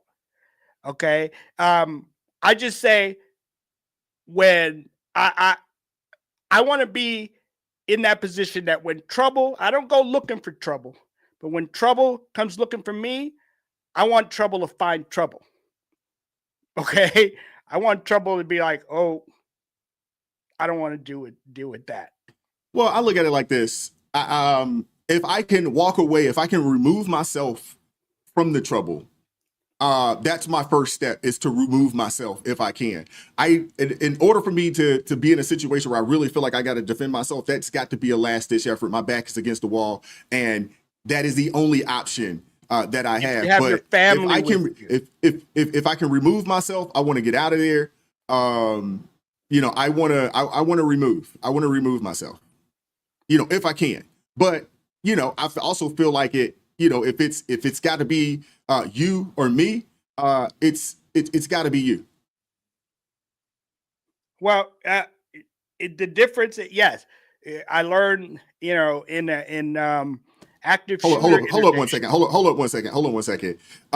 North Memphis, there were no guns during that time frame, so of course the Bible isn't going to speak on guns. Guns didn't exist then. Okay, we'll keep going. People's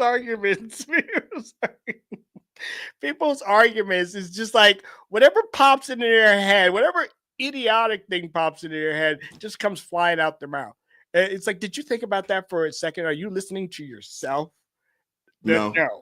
Okay, I lost my train of thought. I forgot where I was. I do totally forget where I was.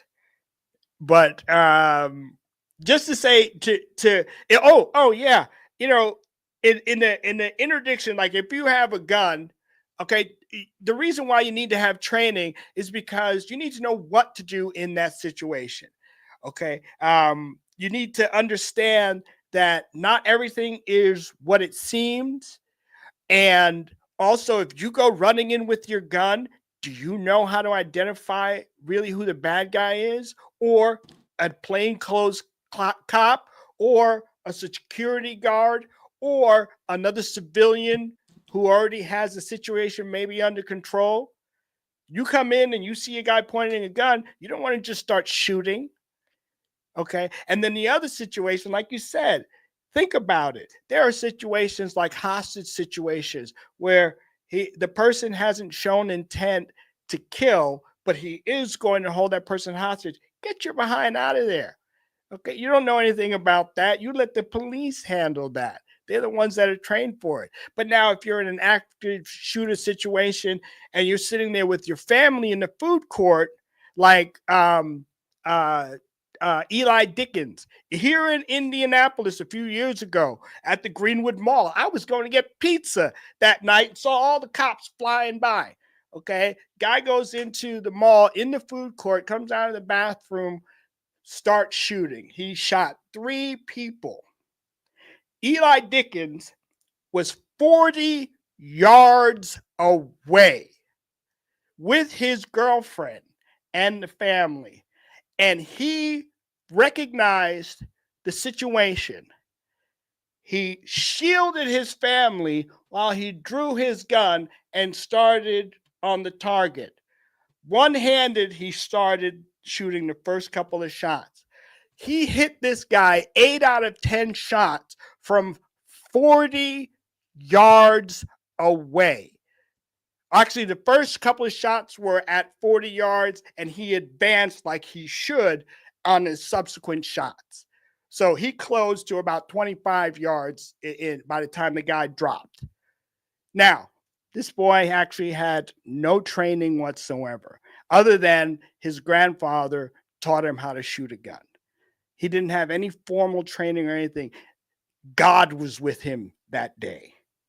Absolutely, because once you pick up a gun and you try to hit a target at 40 yards, that's with a long ways away. That's a long. So that's a long ways away. And at that point, I mean, what's the point of even doing that? You should be removing yourself from said situation. In that situation, more people would have died. Okay. Because I'm in Indianapolis, Indiana. Okay, I'm part of a group called CCRT, which is Civilian Crisis Response Team. Okay, and they teach a lot of training courses, and for things just like active shooters, like medical issues. I took canine medical because I have a dog, and he's going to be trained as a tactical dog and everything. But those types of things are the things and the skills that you need in everyday life for those types of situations. I mean, I would agree with that. Why not be more prepared? Like you said, why not have it and not need it? Yeah. Okay. Absolutely. And need And, it, and not have it. real quick, I want to run down something real quick for the folks here. So for all the people out there that don't think that you can be saved or be a follower of Christ and own a firearm or protect yourself, I think y'all are hustling backwards. Seriously. I really think y'all hustling backwards. When you get into the word, Luke chapter 22, verse 36 through 38, go read it for yourself. But it says that if you don't have a sword, sell your cloak and buy one. That's what Jesus said. In Acts chapter 23, verse 12 through 24, when Paul's life was threatened and the Roman soldiers were assigned to guard him, he didn't refuse protection. He didn't refuse it. In John chapter 15, verse 13, it says, greater love has no one than this, to lay down one's life for one's friends. Come on now. Let's stop acting like, you know what I'm saying, we're supposed to be out here naked. We're not. Come on, man, stop that. Now, if you choose not to protect yourself, that's your business. If you choose to walk around here without any ability to protect yourself and you allow people to run in your house, that's your business. That is your business. But I choose not to. And again, Luke chapter 22, verse 36 through 38, it says, Jesus tells his disciples, if you do not have a sword, sell your cloak and buy one. They understood where they were at. They understood that there is a recognition. We have to protect ourselves. He understood this. Like, what are we talking about? Seriously. Now, again, if you choose not to protect yourself in that manner, by all means, God bless you. That is your business. I just choose not to operate in that manner. And I personally don't think that there should be any churches out there right now when we have seen what has gone on. We just saw a story, 2 or 3 months ago, where a dude tried to run up in a church. We also saw a pastor attacked out in Australia. Stop it, man. We are not supposed to just be out here naked without protection. What are you talking about? But that also goes back to the need for men, because if you let women make that decision, they'll have everybody out here naked. And then next thing you know what I'm saying? You're getting robbed and raped and having your cities pillaged because y'all don't have any means to protect yourself because someone misread some text out there and don't think that they should be protecting themselves. This is ridiculous. Are you freaking kidding me? Stop that.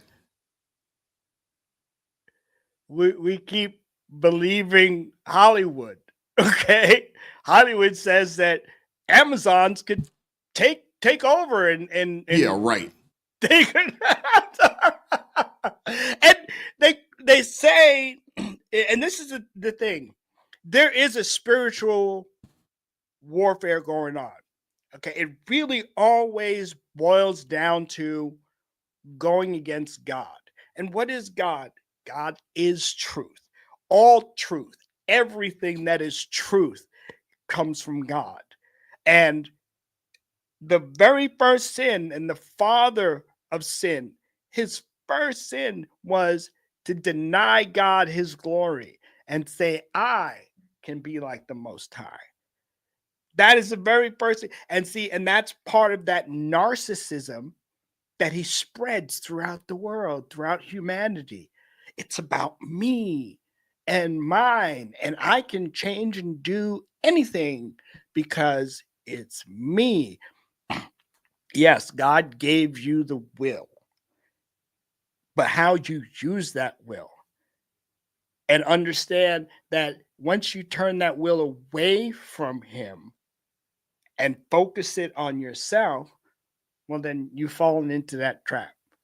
So, well, at that point, you're no longer operating, under his will. You're no longer operating in that manner.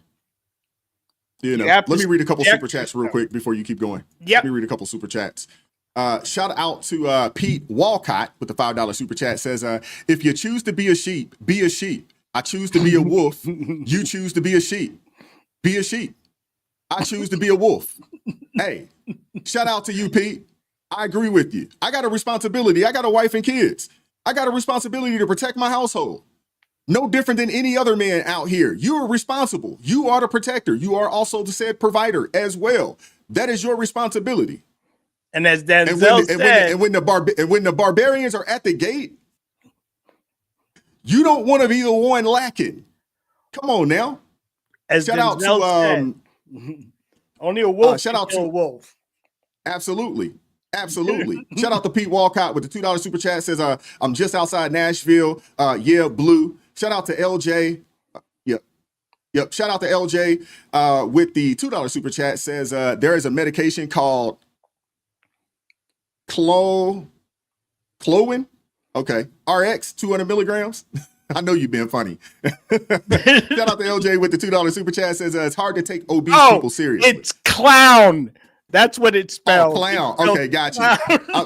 Okay, I'm sitting there looking at that like, okay, clown. All right. I knew she was being funny. I knew it. That was good. I like that. 200 milligrams. Hey, the real Pastor Peace. Actually, if you drop your email in the chat, one of the blues will see it, will highlight it, and then I'll shoot you a link.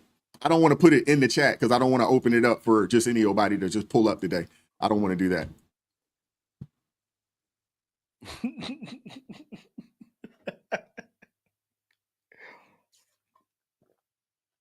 Yeah, it's time for men to wake up and become monsters.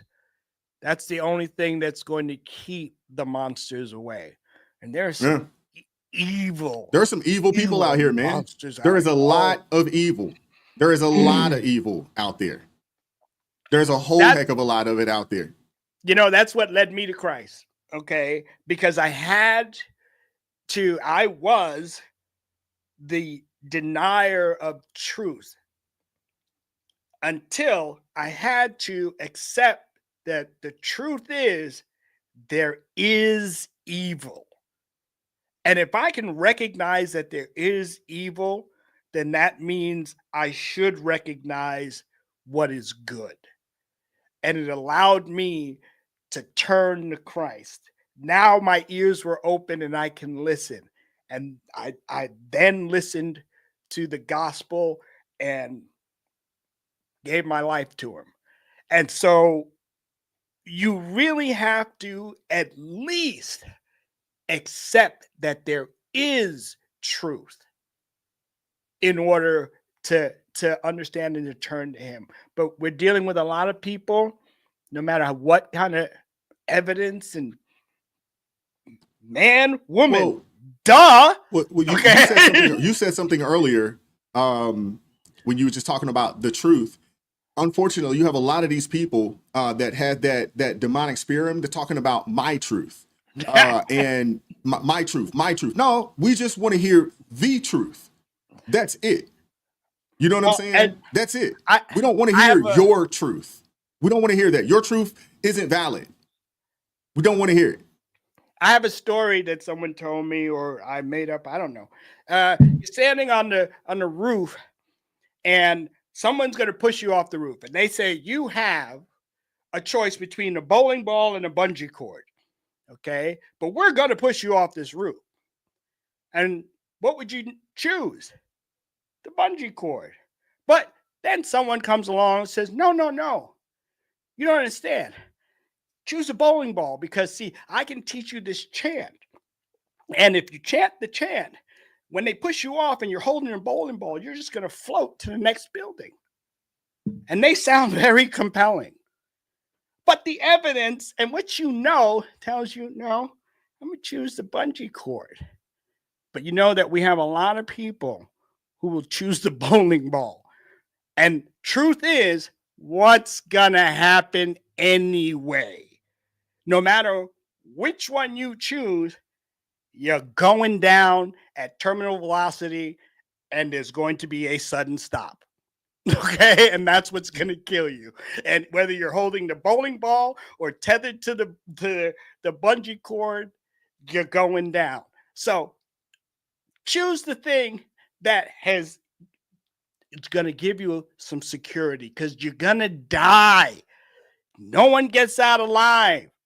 So if you're going to die, you better pay attention to what's going to happen to you afterward. You're going to have to face that. It is the truth.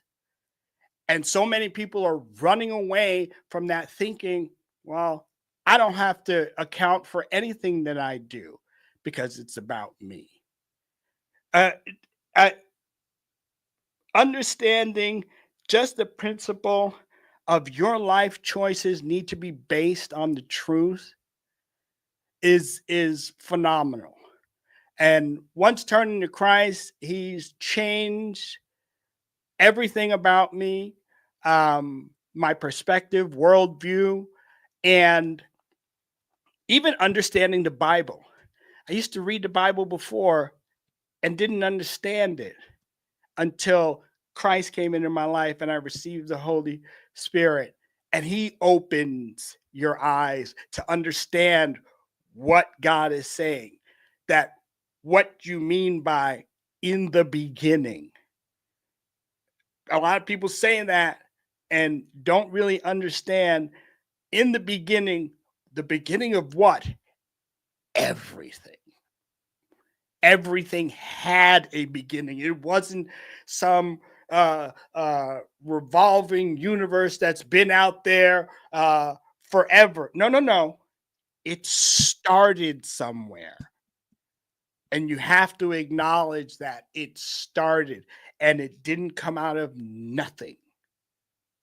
Because, the order of things shows us that. We have to, just basic truths. The human body is the only machine ever created, that gets better the harder you work it. Yeah. There's a reason why sloth is one of the 7 deadly sins. Deadly sins. Absolutely. Okay. Because you will couch yourself to death. You will be 500 unfortunately, pounds. there's entirely too many people doing that in our country. Entirely too many people doing that. And they think Ozempic is gonna cure. Nah. Not when the bed grows out of your ass. Okay, not when you cannot. I can't separate you and the outline of the bed. Okay, you got to get up. The world is moving. You got to move with it. But yeah, it's really funny because I wear my hat to the gym all the time, and all I get is, "Hey, great hat, nice hat." And I'll see a blue hair every once in a while, a septum piercing every once in a while. I call this my liberal tear extractor. I love it. I look forward to it. Please, if you see me in public and you're a liberal, and you got something to say, just give me time to set up my camera because, man, I'd love to talk to you. I'm not the one. Oh, people, there was one lady that tried to say something and I just had to shut her down. Black lady, of course. Because she was a government worker and got fired. And I was basically like, I've gotten fired. Okay, we've all gotten fired. It ain't your job. That's what people don't understand. A job. No, it's not your job. A job, not your job. Not your job. Absolutely. All right. So you temporary get replaced. Okay. You don't. Yeah. They didn't. So, or they'll just come to the conclusion that we just don't need as many people anymore. I got laid off from my job 2023, man. Got laid off. I didn't see anybody come with a camera and a microphone in my face to ask me how I felt about it. Right. Wow. Oh my God. Did you see that? Like, hey, we just got to figure it out. CNN. Yeah. When they put that woman on, it was like, oh, boo-hoo. Yeah. No one cared. No one cared. No one cared. And to be honest with you, I wouldn't even put it out there like, hey, I lost my job. Whatever. Hey, just keep it moving. What's next? Figure out what's next. I got people that depend on me, man. Figure out what's next. You know what I'm saying? I've been laid off. I got laid off in 2008, fresh out of college. I graduated college 2008. I get an opportunity, great opportunity, towards the end of 2008, the housing, the whole housing bubble, the crisis, all that other type of stuff happened, and boom, get laid off. Like 2 weeks before Christmas. You know what I'm saying? Oh man, it felt bad. But I will say this. It shaped me for years to come for a couple of reasons. One, what you just said, it's a job, not my job. I learned that very early in my career that it's a job. I also learned that these companies don't care about you like that. They do not care about you. They do not care about you. I learned that. I was fortunate enough to learn about that early. You know what I'm saying? And once I came to my realization, yeah, those days are gone. Those days are long gone. But once I got that understanding early, so therefore, it sucked, to get laid off. It sucked. But I was like, hey, I'm not going to let it stop anything. We back on the grind, looking for another job. I eventually found another opportunity, probably about a week, found another opportunity and was fine for a little bit. And then we moved and then, looked for an opportunity for a little bit, got another one. But I also understood that, hey, these companies, they're using you. I need to make sure that I use them for everything that I can get out of the said situation. And I need to always keep my ear to the ground and my eye on the next opportunity. What's better? And so I never fell into the trap of, oh, we're a family. Nah, your family will fire you. Your family actually loves you. Y'all will fire me if I'm not doing my job. Let me not show up to work. This ain't no family. Oh, only we can fire some family. You know what I'm saying? Now, it would be, hey, wouldn't it be nice to be able to fire some family? I got a couple of family members that I want to fire too, but you love on them. I got you know what I'm saying? Slip some. No. Actually, I got the opposite. I love my family. I got a great family. But I mean, we all got some, but we all have that. But when I would hear that, you work at a new place, and I worked at a place, I worked there for 5 years. And it was a great opportunity for the time being until it wasn't. And then I started looking for another opportunity that I thought was better, that was going to pay me a little more money, because ultimately my allegiance is not to any company out there. My allegiance is 1, to God, 2, to my wife, 3, to my children. That's where my allegiance is. So I'm not, my allegiance isn't with some organization, some company out there that I know don't care about me. I could die today. They would have my position posted before the obituary came out. And they'd be looking to hire somebody before I was in the ground. That's just the truth. Here's how when people realize that, the better off they'll be. But here's how insidious that whole thing is. They sold that to women. They sold the idea that they were missing out being in the workforce in the man's world, and that they needed to become independent and do that. And so they replaced all the good things that are our foundation in our families with needing to be a boss babe. And what does that do? That again destroys the family. Destroys the family. Okay. But it also, not only does it destroy the family, but it also destroys the women, because most women aren't built to work 50, 60-hour weeks to take care of themselves and their family.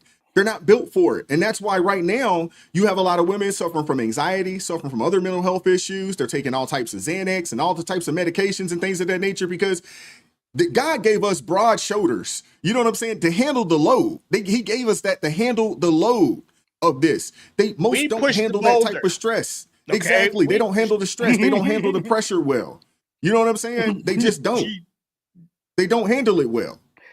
Oh, we're not, and they don't for it. And I love, and see, and that's just the thing, because of course you're gonna get in the chats and you're gonna get people that be like, "Oh, he's such a chauvinist pig." No, okay, I recognize and understand that if I'm on the field of battle, I need a 6'2", because I'm only 5'2". I need a 6'2", 240-pound linebacker to pick my ass up and drag me out of there if something happens. I don't need a 5', 100-pound little cutie, okay, with a ponytail that couldn't drag me 2 feet. Okay, so in situations, you need men, and you cannot disillusion yourself and say, no, we need to put this woman in charge. No, you don't. Look at the like you were talking about the mayor of DC. Was it the mayor of DC? Where she said that was she the police chief. Oh, the police didn't know chief, what the chain of command. Right. Didn't know what the chain of command is. My wife does stuff all the time that I look at her like, did you think about this for like 2 seconds? And her answer is always, no. No. Exactly. You didn't tell. Hey, you didn't tell me. You didn't tell me. See, the other day. But you know what though? You know what the most beautiful thing though is, man? You know, like my kids, you know, and they're adults now. You know what I'm saying? And you know, wifey's chilling, you know, she gets to chill. Which is great. It's a beautiful thing. But there was a time when you know, she would get up in the morning, made sure the kids had breakfast before they left the house, make sure they got on the school bus, and would be home and would be there when they got off the school bus, and made sure that snacks and lunch was squared away, and made sure that homework got taken care of, and then made sure they got to whatever extracurricular activity they needed to get to for that day. And for the season, whatever that was, and whatever time of the year it was. And for me, having that gave me peace of mind to get out and do what needed to be done to make sure that they were afforded that ability. You know what I'm saying? So the kids didn't have the stress of, oh, they got to go to after school care, and then somebody got to go pick them up, and then they got to rip and run. We got to get back home so they can get homework done. And they got to, oh, you also got practice today, and you got to go and do this. The kids, people don't understand. You know what I'm saying? This type of stress that you put on the kids when you put them in that environment. You know what I'm saying? Because the kids, they shouldn't have to do that. They should be able to come home and handle what they need to handle. Get your chores done, get your homework knocked out. Let's get ready. There was no video games. I didn't believe in. You can't play video games during the week. That was a no. They already knew. They got the video games from Friday after chores, and if they had homework on a Friday, after chores, and that then you got the video game from Friday evening essentially until Sunday evening. But see, that's when you got the video games. They can still turn the video game off and say, "Get the hell out of the house." Yeah, and when it was sunny outside, hey, when it was nice outside, there was no, oh, Dad, I'm gonna play. Nah, you're going outside. Go out there and go play some ball. Go out there and go hoop. Go hit the park. Go run. They lock the door. And they'd have to be reminded, like in the 70s and 80s, they'd have to be reminded that they had children, because there was I don't know how many people remember, there was that commercial or that public service announcement that would come on at 10 o'clock going, boom, boom, boom. It's 10 o'clock. Do you know where your children are? And you know how many people were like, oh, crap, that's right. We have them. Okay. Yeah. Where are they? Mm-hmm. Well, hey, they need to bring those back. They need to bring those back. Federal PSA. Do you know where it's 10 o'clock at night? Do you know where your children are? And that was the thing. Oh my God. We always knew where the kids were. Always. But now we got the teenagers running around downtown. You know. Yeah, it's crazy. And LS, he brought up something. He said, women had it easy when a household only needed an income source to sustain the home. Hey, LS, I do agree with you there, but it's still attainable today. It is still attainable women didn't have it today. Easy. Women didn't have it easy because maintaining the house is hard. That's a job in itself. Making sure the household runs smoothly, that's a job in itself. But I will say this, for everybody that says that is not attainable, even in 2025, I'm going to disagree. I'm going to say that it is attainable. I was doing it. I was taking care of a family of 4 with one income back in that time frame. And this was 15 years ago. I was making 45, 50 grand a year, and I was able to do it. And the way we did it is we budgeted like crazy. Every dollar was accounted for. Every dollar was accounted for. I had a spreadsheet, and I was still able to save a little bit of cheese. I was still able to save a little bit of money. We took the kids on a vacation every year, and we went to the family reunion every year. Those were the 2 vacations. We didn't start going on wifey and I vacations until some years down the line. But early on, we were still able to do those things. So these are places that we could drive to. You know, we go to theme park, you know, Hershey Park, King's Dominion, places that we could drive to. Maybe we do it overnight. Kids go have a blast. Heck, I was still a kid at heart, getting on roller coasters and things of that nature. You know what I'm saying? I was still doing those things, but we were able to do it. Now. We ate at home every day. We ate at home every day. Wifey, hey, we cooked at the house. We didn't do a lot of eating out. I don't think DoorDash was really a thing back then, but we wouldn't have did it anyway. We ate at the house, and I'm about to mess y'all up. We ate the way that we ate when I was a youngin'. We ate beans and cornbread some nights. We had meatless Mondays some nights. We had meatless Mondays. We would definitely have beans and cornbread. Man, are you kidding? There's ways that you could go about doing it. And our grocery bill would be somewhere between, $80 to $100 a week for a family of 4. But it was about the way that we were eating. You buy big bags of rice, you buying beans, things of that nature. It goes a long ways. And and the kids didn't know any better that we were struggling because it didn't look like it. They ate every day. And the kids took their lunch to school because they didn't like school lunch. So we bought food for them to take to lunch for school. We did that because they were like, Dad, I don't like that school lunch. They ate breakfast at the house. It can be done, but you have to budget. And you can't be living high on the hard. Now, at that time, I didn't have a car payment. The car that I had, I owned it. You know what I'm saying? And I took the train to work. You know what I'm saying? So typically, I would, either leave the car and I would just catch the train. You know what I'm saying? They had a shuttle bus that would take you to the subway system. And I would just do that and go to work. And I didn't have a car note. You know what I'm saying? So it can be done. Especially if you live in the Southeast. Somebody said that, Atlanta, you can't buy a house in Atlanta. I was looking in Atlanta, in the city limits, you can buy a house for $250. You know what I'm saying? That's a mortgage of, $1,300, $1,400 a month. You know what I'm saying? It can be done. You just have to choose. You have to choose the type of lifestyle that makes sense for the type of money that you make. And you got to budget accordingly. And you can't be eating out and all this other type of stuff. And you can't be Amazoning it on a day-to-day basis. The women that but it definitely can be done. The ones that are on assistance with their $300 hair and the nails and the lashes and all that, their priorities. I used to run cable, and I hook up cable in the house. The guy would have like 3 different consoles, big screen TV, and the kids are running around in diapers with nothing to eat. I'm like, you do, and he's not working. And I'm like, what are you doing? And then on another trip, I had a guy with his 5-year-old son playing Grand Theft Auto, and him standing there saying, man, you should have shot that hoe. I'm like, dude, that's a whole nother story. But, yeah, some of these games, man, and that was the other thing too that we protected. I think maybe I might have been a little overprotective in what I would allow my kids to watch. On TV, we monitored everything. My kids didn't even get smartphones until they were in high school. Like junior year of high school or so. When they needed a phone. I bought them one of those old, you remember those old, like just little black straight up phones. It was, hey, all you can do is call and text. And you don't really want to text too much because you got to push the button 3 times to get the right letter.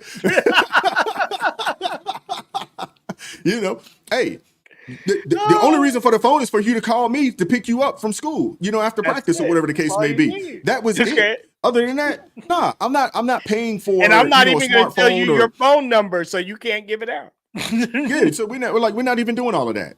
So those are some of the things that we did to just kind of keep, no social media. That wasn't no social media until you graduate high school. You can't be on social media under my rule. No, that's not a thing. We're not going to do that. There's too much cyberbullying and things of that nature going on, and especially during that time frame when the kids were in high school and middle school. So to eliminate all of that, you're just not on it. Nope, you're not on it.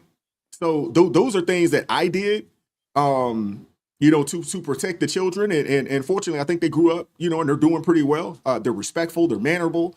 And I think they, even my oldest son, he has come and said that, Dad, I appreciate the fact that the way things were. Because unfortunately, when you're doing that, especially, when you're, one income, a lot of the things that I wanted to do had to get pushed to the back burner.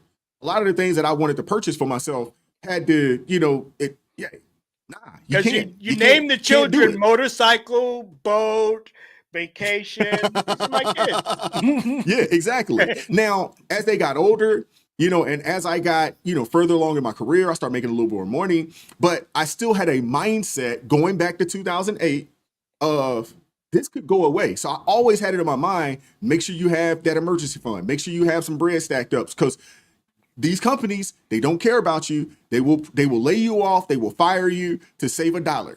To make sure that some VP gets a bonus, they will cut a lot of us. That's what happened to me in 23.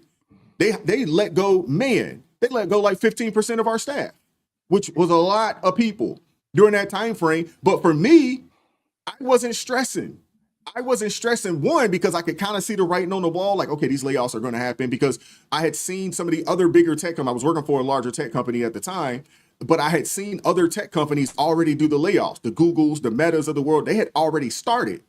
They were kind of holding off, but every time we would have the quarterly meeting, they would ask the CEO, hey, are you guys doing layoffs? Are you guys doing layoffs? And he kept saying, no. And then all of a sudden, going towards the end of Q1 of 23, an email comes out about a week before the end of a quarter. And I was like, oh, there it go. And lo and behold, they had an all hands on deck and was like, hey, unfortunately, we're going to have to lay some folks off. Now, for me, I'm looking at, because I'm one of those kind of people, I'm looking around at what's going on in the world. And I'm seeing, I'm like, wait, if the big companies are already doing, I would say that if Google and Meta would be like your top tech companies, I was at like a second tier tech company. It was still big, but it wasn't a Google, Meta, Amazon, Microsoft. It wasn't one of them. It was probably a tier 2. But I'm like, once the big companies start doing it, you know how that goes. Everybody else starts to follow suit, and lo and behold, it happening. And the crazy thing is that like a month prior to that, there was a young lady on my team. You know what I'm saying? I'm not going to put her name out there, but there was a young lady on my team that bought a brand new, it was like a 2023, 24, or whatever it was, BMW, the truck, one of the X series trucks or whatever. And she just spent some bread on this. Thing. What is that, a $60,000, $70,000 vehicle? And in my mind, I didn't say anything. And she was showing it off, showing the pictures and look at and I didn't say anything, but I was like, ooh, I wouldn't have did that. But see, that person wasn't paying attention. No, they was not paying attention. Not at all. I was like, ooh, I wouldn't have. I was like, those are the people that are on the beach and see all of a sudden the water rushing out to the sea, to the ocean, and they go running after it, trying to figure out what's going on. Idiot, you're about to hit with a big wave. You should be running the opposite direction. The opposite direction, absolutely. You need to be running that way, not that way. But but you have a lot of people out there that's oblivious to the world, and no job is owed to you. No job. Nobody owes you anything. No, nobody owes you anything. I learned that. My grandfather told me that a long time ago. He told me, like, hey, nobody owes you anything, and nobody is going to come save you either. You're going to have to figure out how to save. You're going to have to figure out how to save yourself. I was just about. That's why when I hear all these folks out here looking at the government and all this other kind of stuff, I'm like, yo, nobody coming to save you, man. Nobody's coming to save you. The average response time is 7 minutes when you call the police. Okay. That's a long time. That's a long time. Okay? When somebody is at your door or in your house already, you know what I'm saying? Or at your vehicle, that is 7 minutes is a long time. You know how fast I can draw my weapon? In under 2 seconds. I can have 2 shots on target in under 2 seconds. Okay? So I'd like that time than waiting the 7 minutes. Absolutely. That's why I try to encourage everybody. The only people that really want gun control are criminals. Because whether I wouldn't say criminals. I wouldn't say criminals. No. Political criminals. Well, political criminals. Okay. Well, I mean, because when you think about it, the people that are really advocating for the gun control, I would agree with you on the criminals. But when you think about the politicians, they want the gun control. They want to remove the weaponry from us. Because as soon as they're able to do it, at that point, we become enslaved to these people. We're a and Christian I don't think people understand how important that Second Amendment is. That is what's keeping you from being in bondage right now. And it proves that we'll go back to being armed in biblical times. It proves that we were built on a Christian foundation, because the First Amendment is about what you can say and the freedom to be able to say what you want and worship who you want. The only way to keep that is the ability to carry that sword, that gun, that whatever you need. Whatever you choose to protect yourself. Absolutely. They recognize that wolf is at the gate. Okay. That wolf is at the door. Don't be ignorant to the fact that the wolf will come to your door. You don't have to go find it. It's coming to you. Yeah. So, and yes, they want people disarmed, sheeple, just following, because they're going to be the ones to save you. No, they're not. They're going to be the first ones to feed you to the wolf. Okay. Why? Because they're going to try and get away from it and push you in front. That's like, hey, if we're being chased by a vampire, if you run faster than me, no, I'm going to trip you. Okay. Because I don't have to outrun him. I just got to outrun you. Yeah. Facts. You know? But this, fortunately, there is enough of us out there that understand it, because, I would say, unfortunately, I guess we'll say unfortunately, we have a large swath of people in our country that don't really understand. They don't really understand it. And common sense is not common. No, it's not. And that's by design. That's by design. Basic sense. It's basic sense that you should have, but it is not common at all. No, it's not. Not at all. No, it's not. And they take advantage of it. And the thing is, you think about it. If we got everybody separated, we don't have families. We don't have nuclear families. We got everybody living here, there, and everywhere. It makes the people easily controlled when they come. Makes them easily controlled. Imagine you're here, you're there, you're a single mom with children, you got no man, you refuse a weapon to protect yourself. When the lights go out,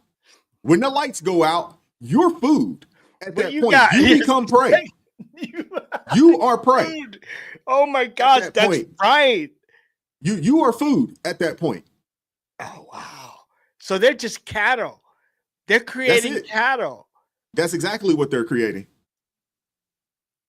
That's profound. Okay. Take care, Dr. Kyla. That really is good. Yeah. And with that being said, we're going to get up out of here, man. Appreciate you pulling up, man. It's good to see you, brother. You looking healthy and well. I'm about to surprise you with some stuff. Okay. Okay. I'm looking forward to it. You with some stuff. So keep tuned. Make sure you check out the channel, and love you, Wise. Man, appreciate you, brother. God bless you, man. Thank you. Appreciate you pulling up, man. Hey, I hope you guys enjoyed that, man. Y'all got an impromptu guest pull up today. Appreciate you guys, man. Appreciate you guys hanging out with me. North Memphis, we're going to have to just agree to disagree. But stop casting aspersions and judgment on folks. Seriously. Stop casting aspersions and judgment on folks. I'm good with you here. I don't have a problem with that. But just because we don't necessarily agree, you know what I'm saying? It doesn't give you the right to cast aspersions and start judging people. It doesn't give you the right to do so. You know what I'm saying? You out here, you in the chat, you in the comment section and in the chat like a Pharisee out here. Stop it. That's enough. Seriously. Calling people counterfeit Christians? Really? Okay. Unapologetic one. Appreciate you pulling up this morning. Thank you very much. Or this afternoon, more or less. Appreciate you pulling up. And I do agree with you. I am a huge fan of women that wear their natural hair. I am a huge, huge fan of that. And I do agree when you say that some of the women that do rock the natural hair are demonized, but they're typically not demonized by men. There's a bunch of black men out there, black men. We're just talking to black men because I'm assuming we're talking about black women when it comes to the natural hair thing. There's a bunch of brothers out there all over the internet, all over social media, begging for the sisters to stop wearing these blonde wigs and these snuffleupagus eyebrows. Begging for it. Seriously. But yeah, I appreciate you guys pulling up, man. I hope you guys enjoyed the show. Impromptu guest pulled up, man. Shout out to Isa Guy, man. Y'all go over to his channel, check him out. Drinking Gourd, phenomenal. And you know, I appreciate you guys. Appreciate you guys, man. I hope you guys enjoyed it today. I enjoyed it. I had a good conversation today. Just kind of spitballing. I kind of like this. I might do some more of these. I might do some more of these where, you know, there's no videos or anything like that, man. Just rocking with y'all, answering questions in the comment section. I like that. I kind of like it.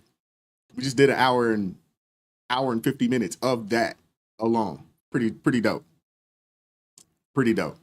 But appreciate you guys, man. Hey, hit that like button on the way out the door.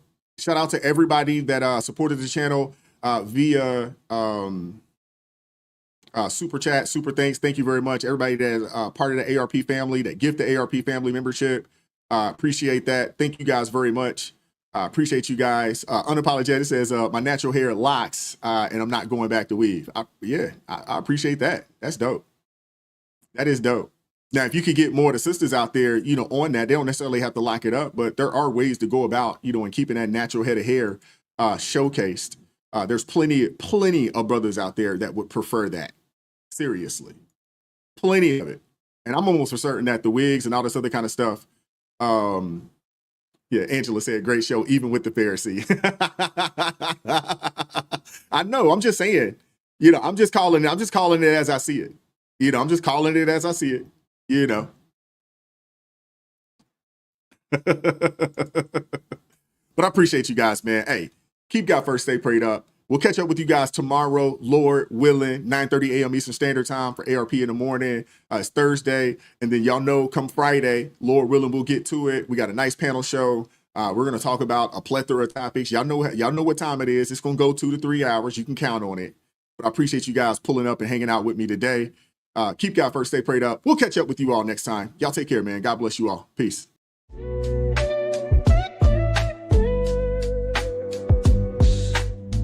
Vibes so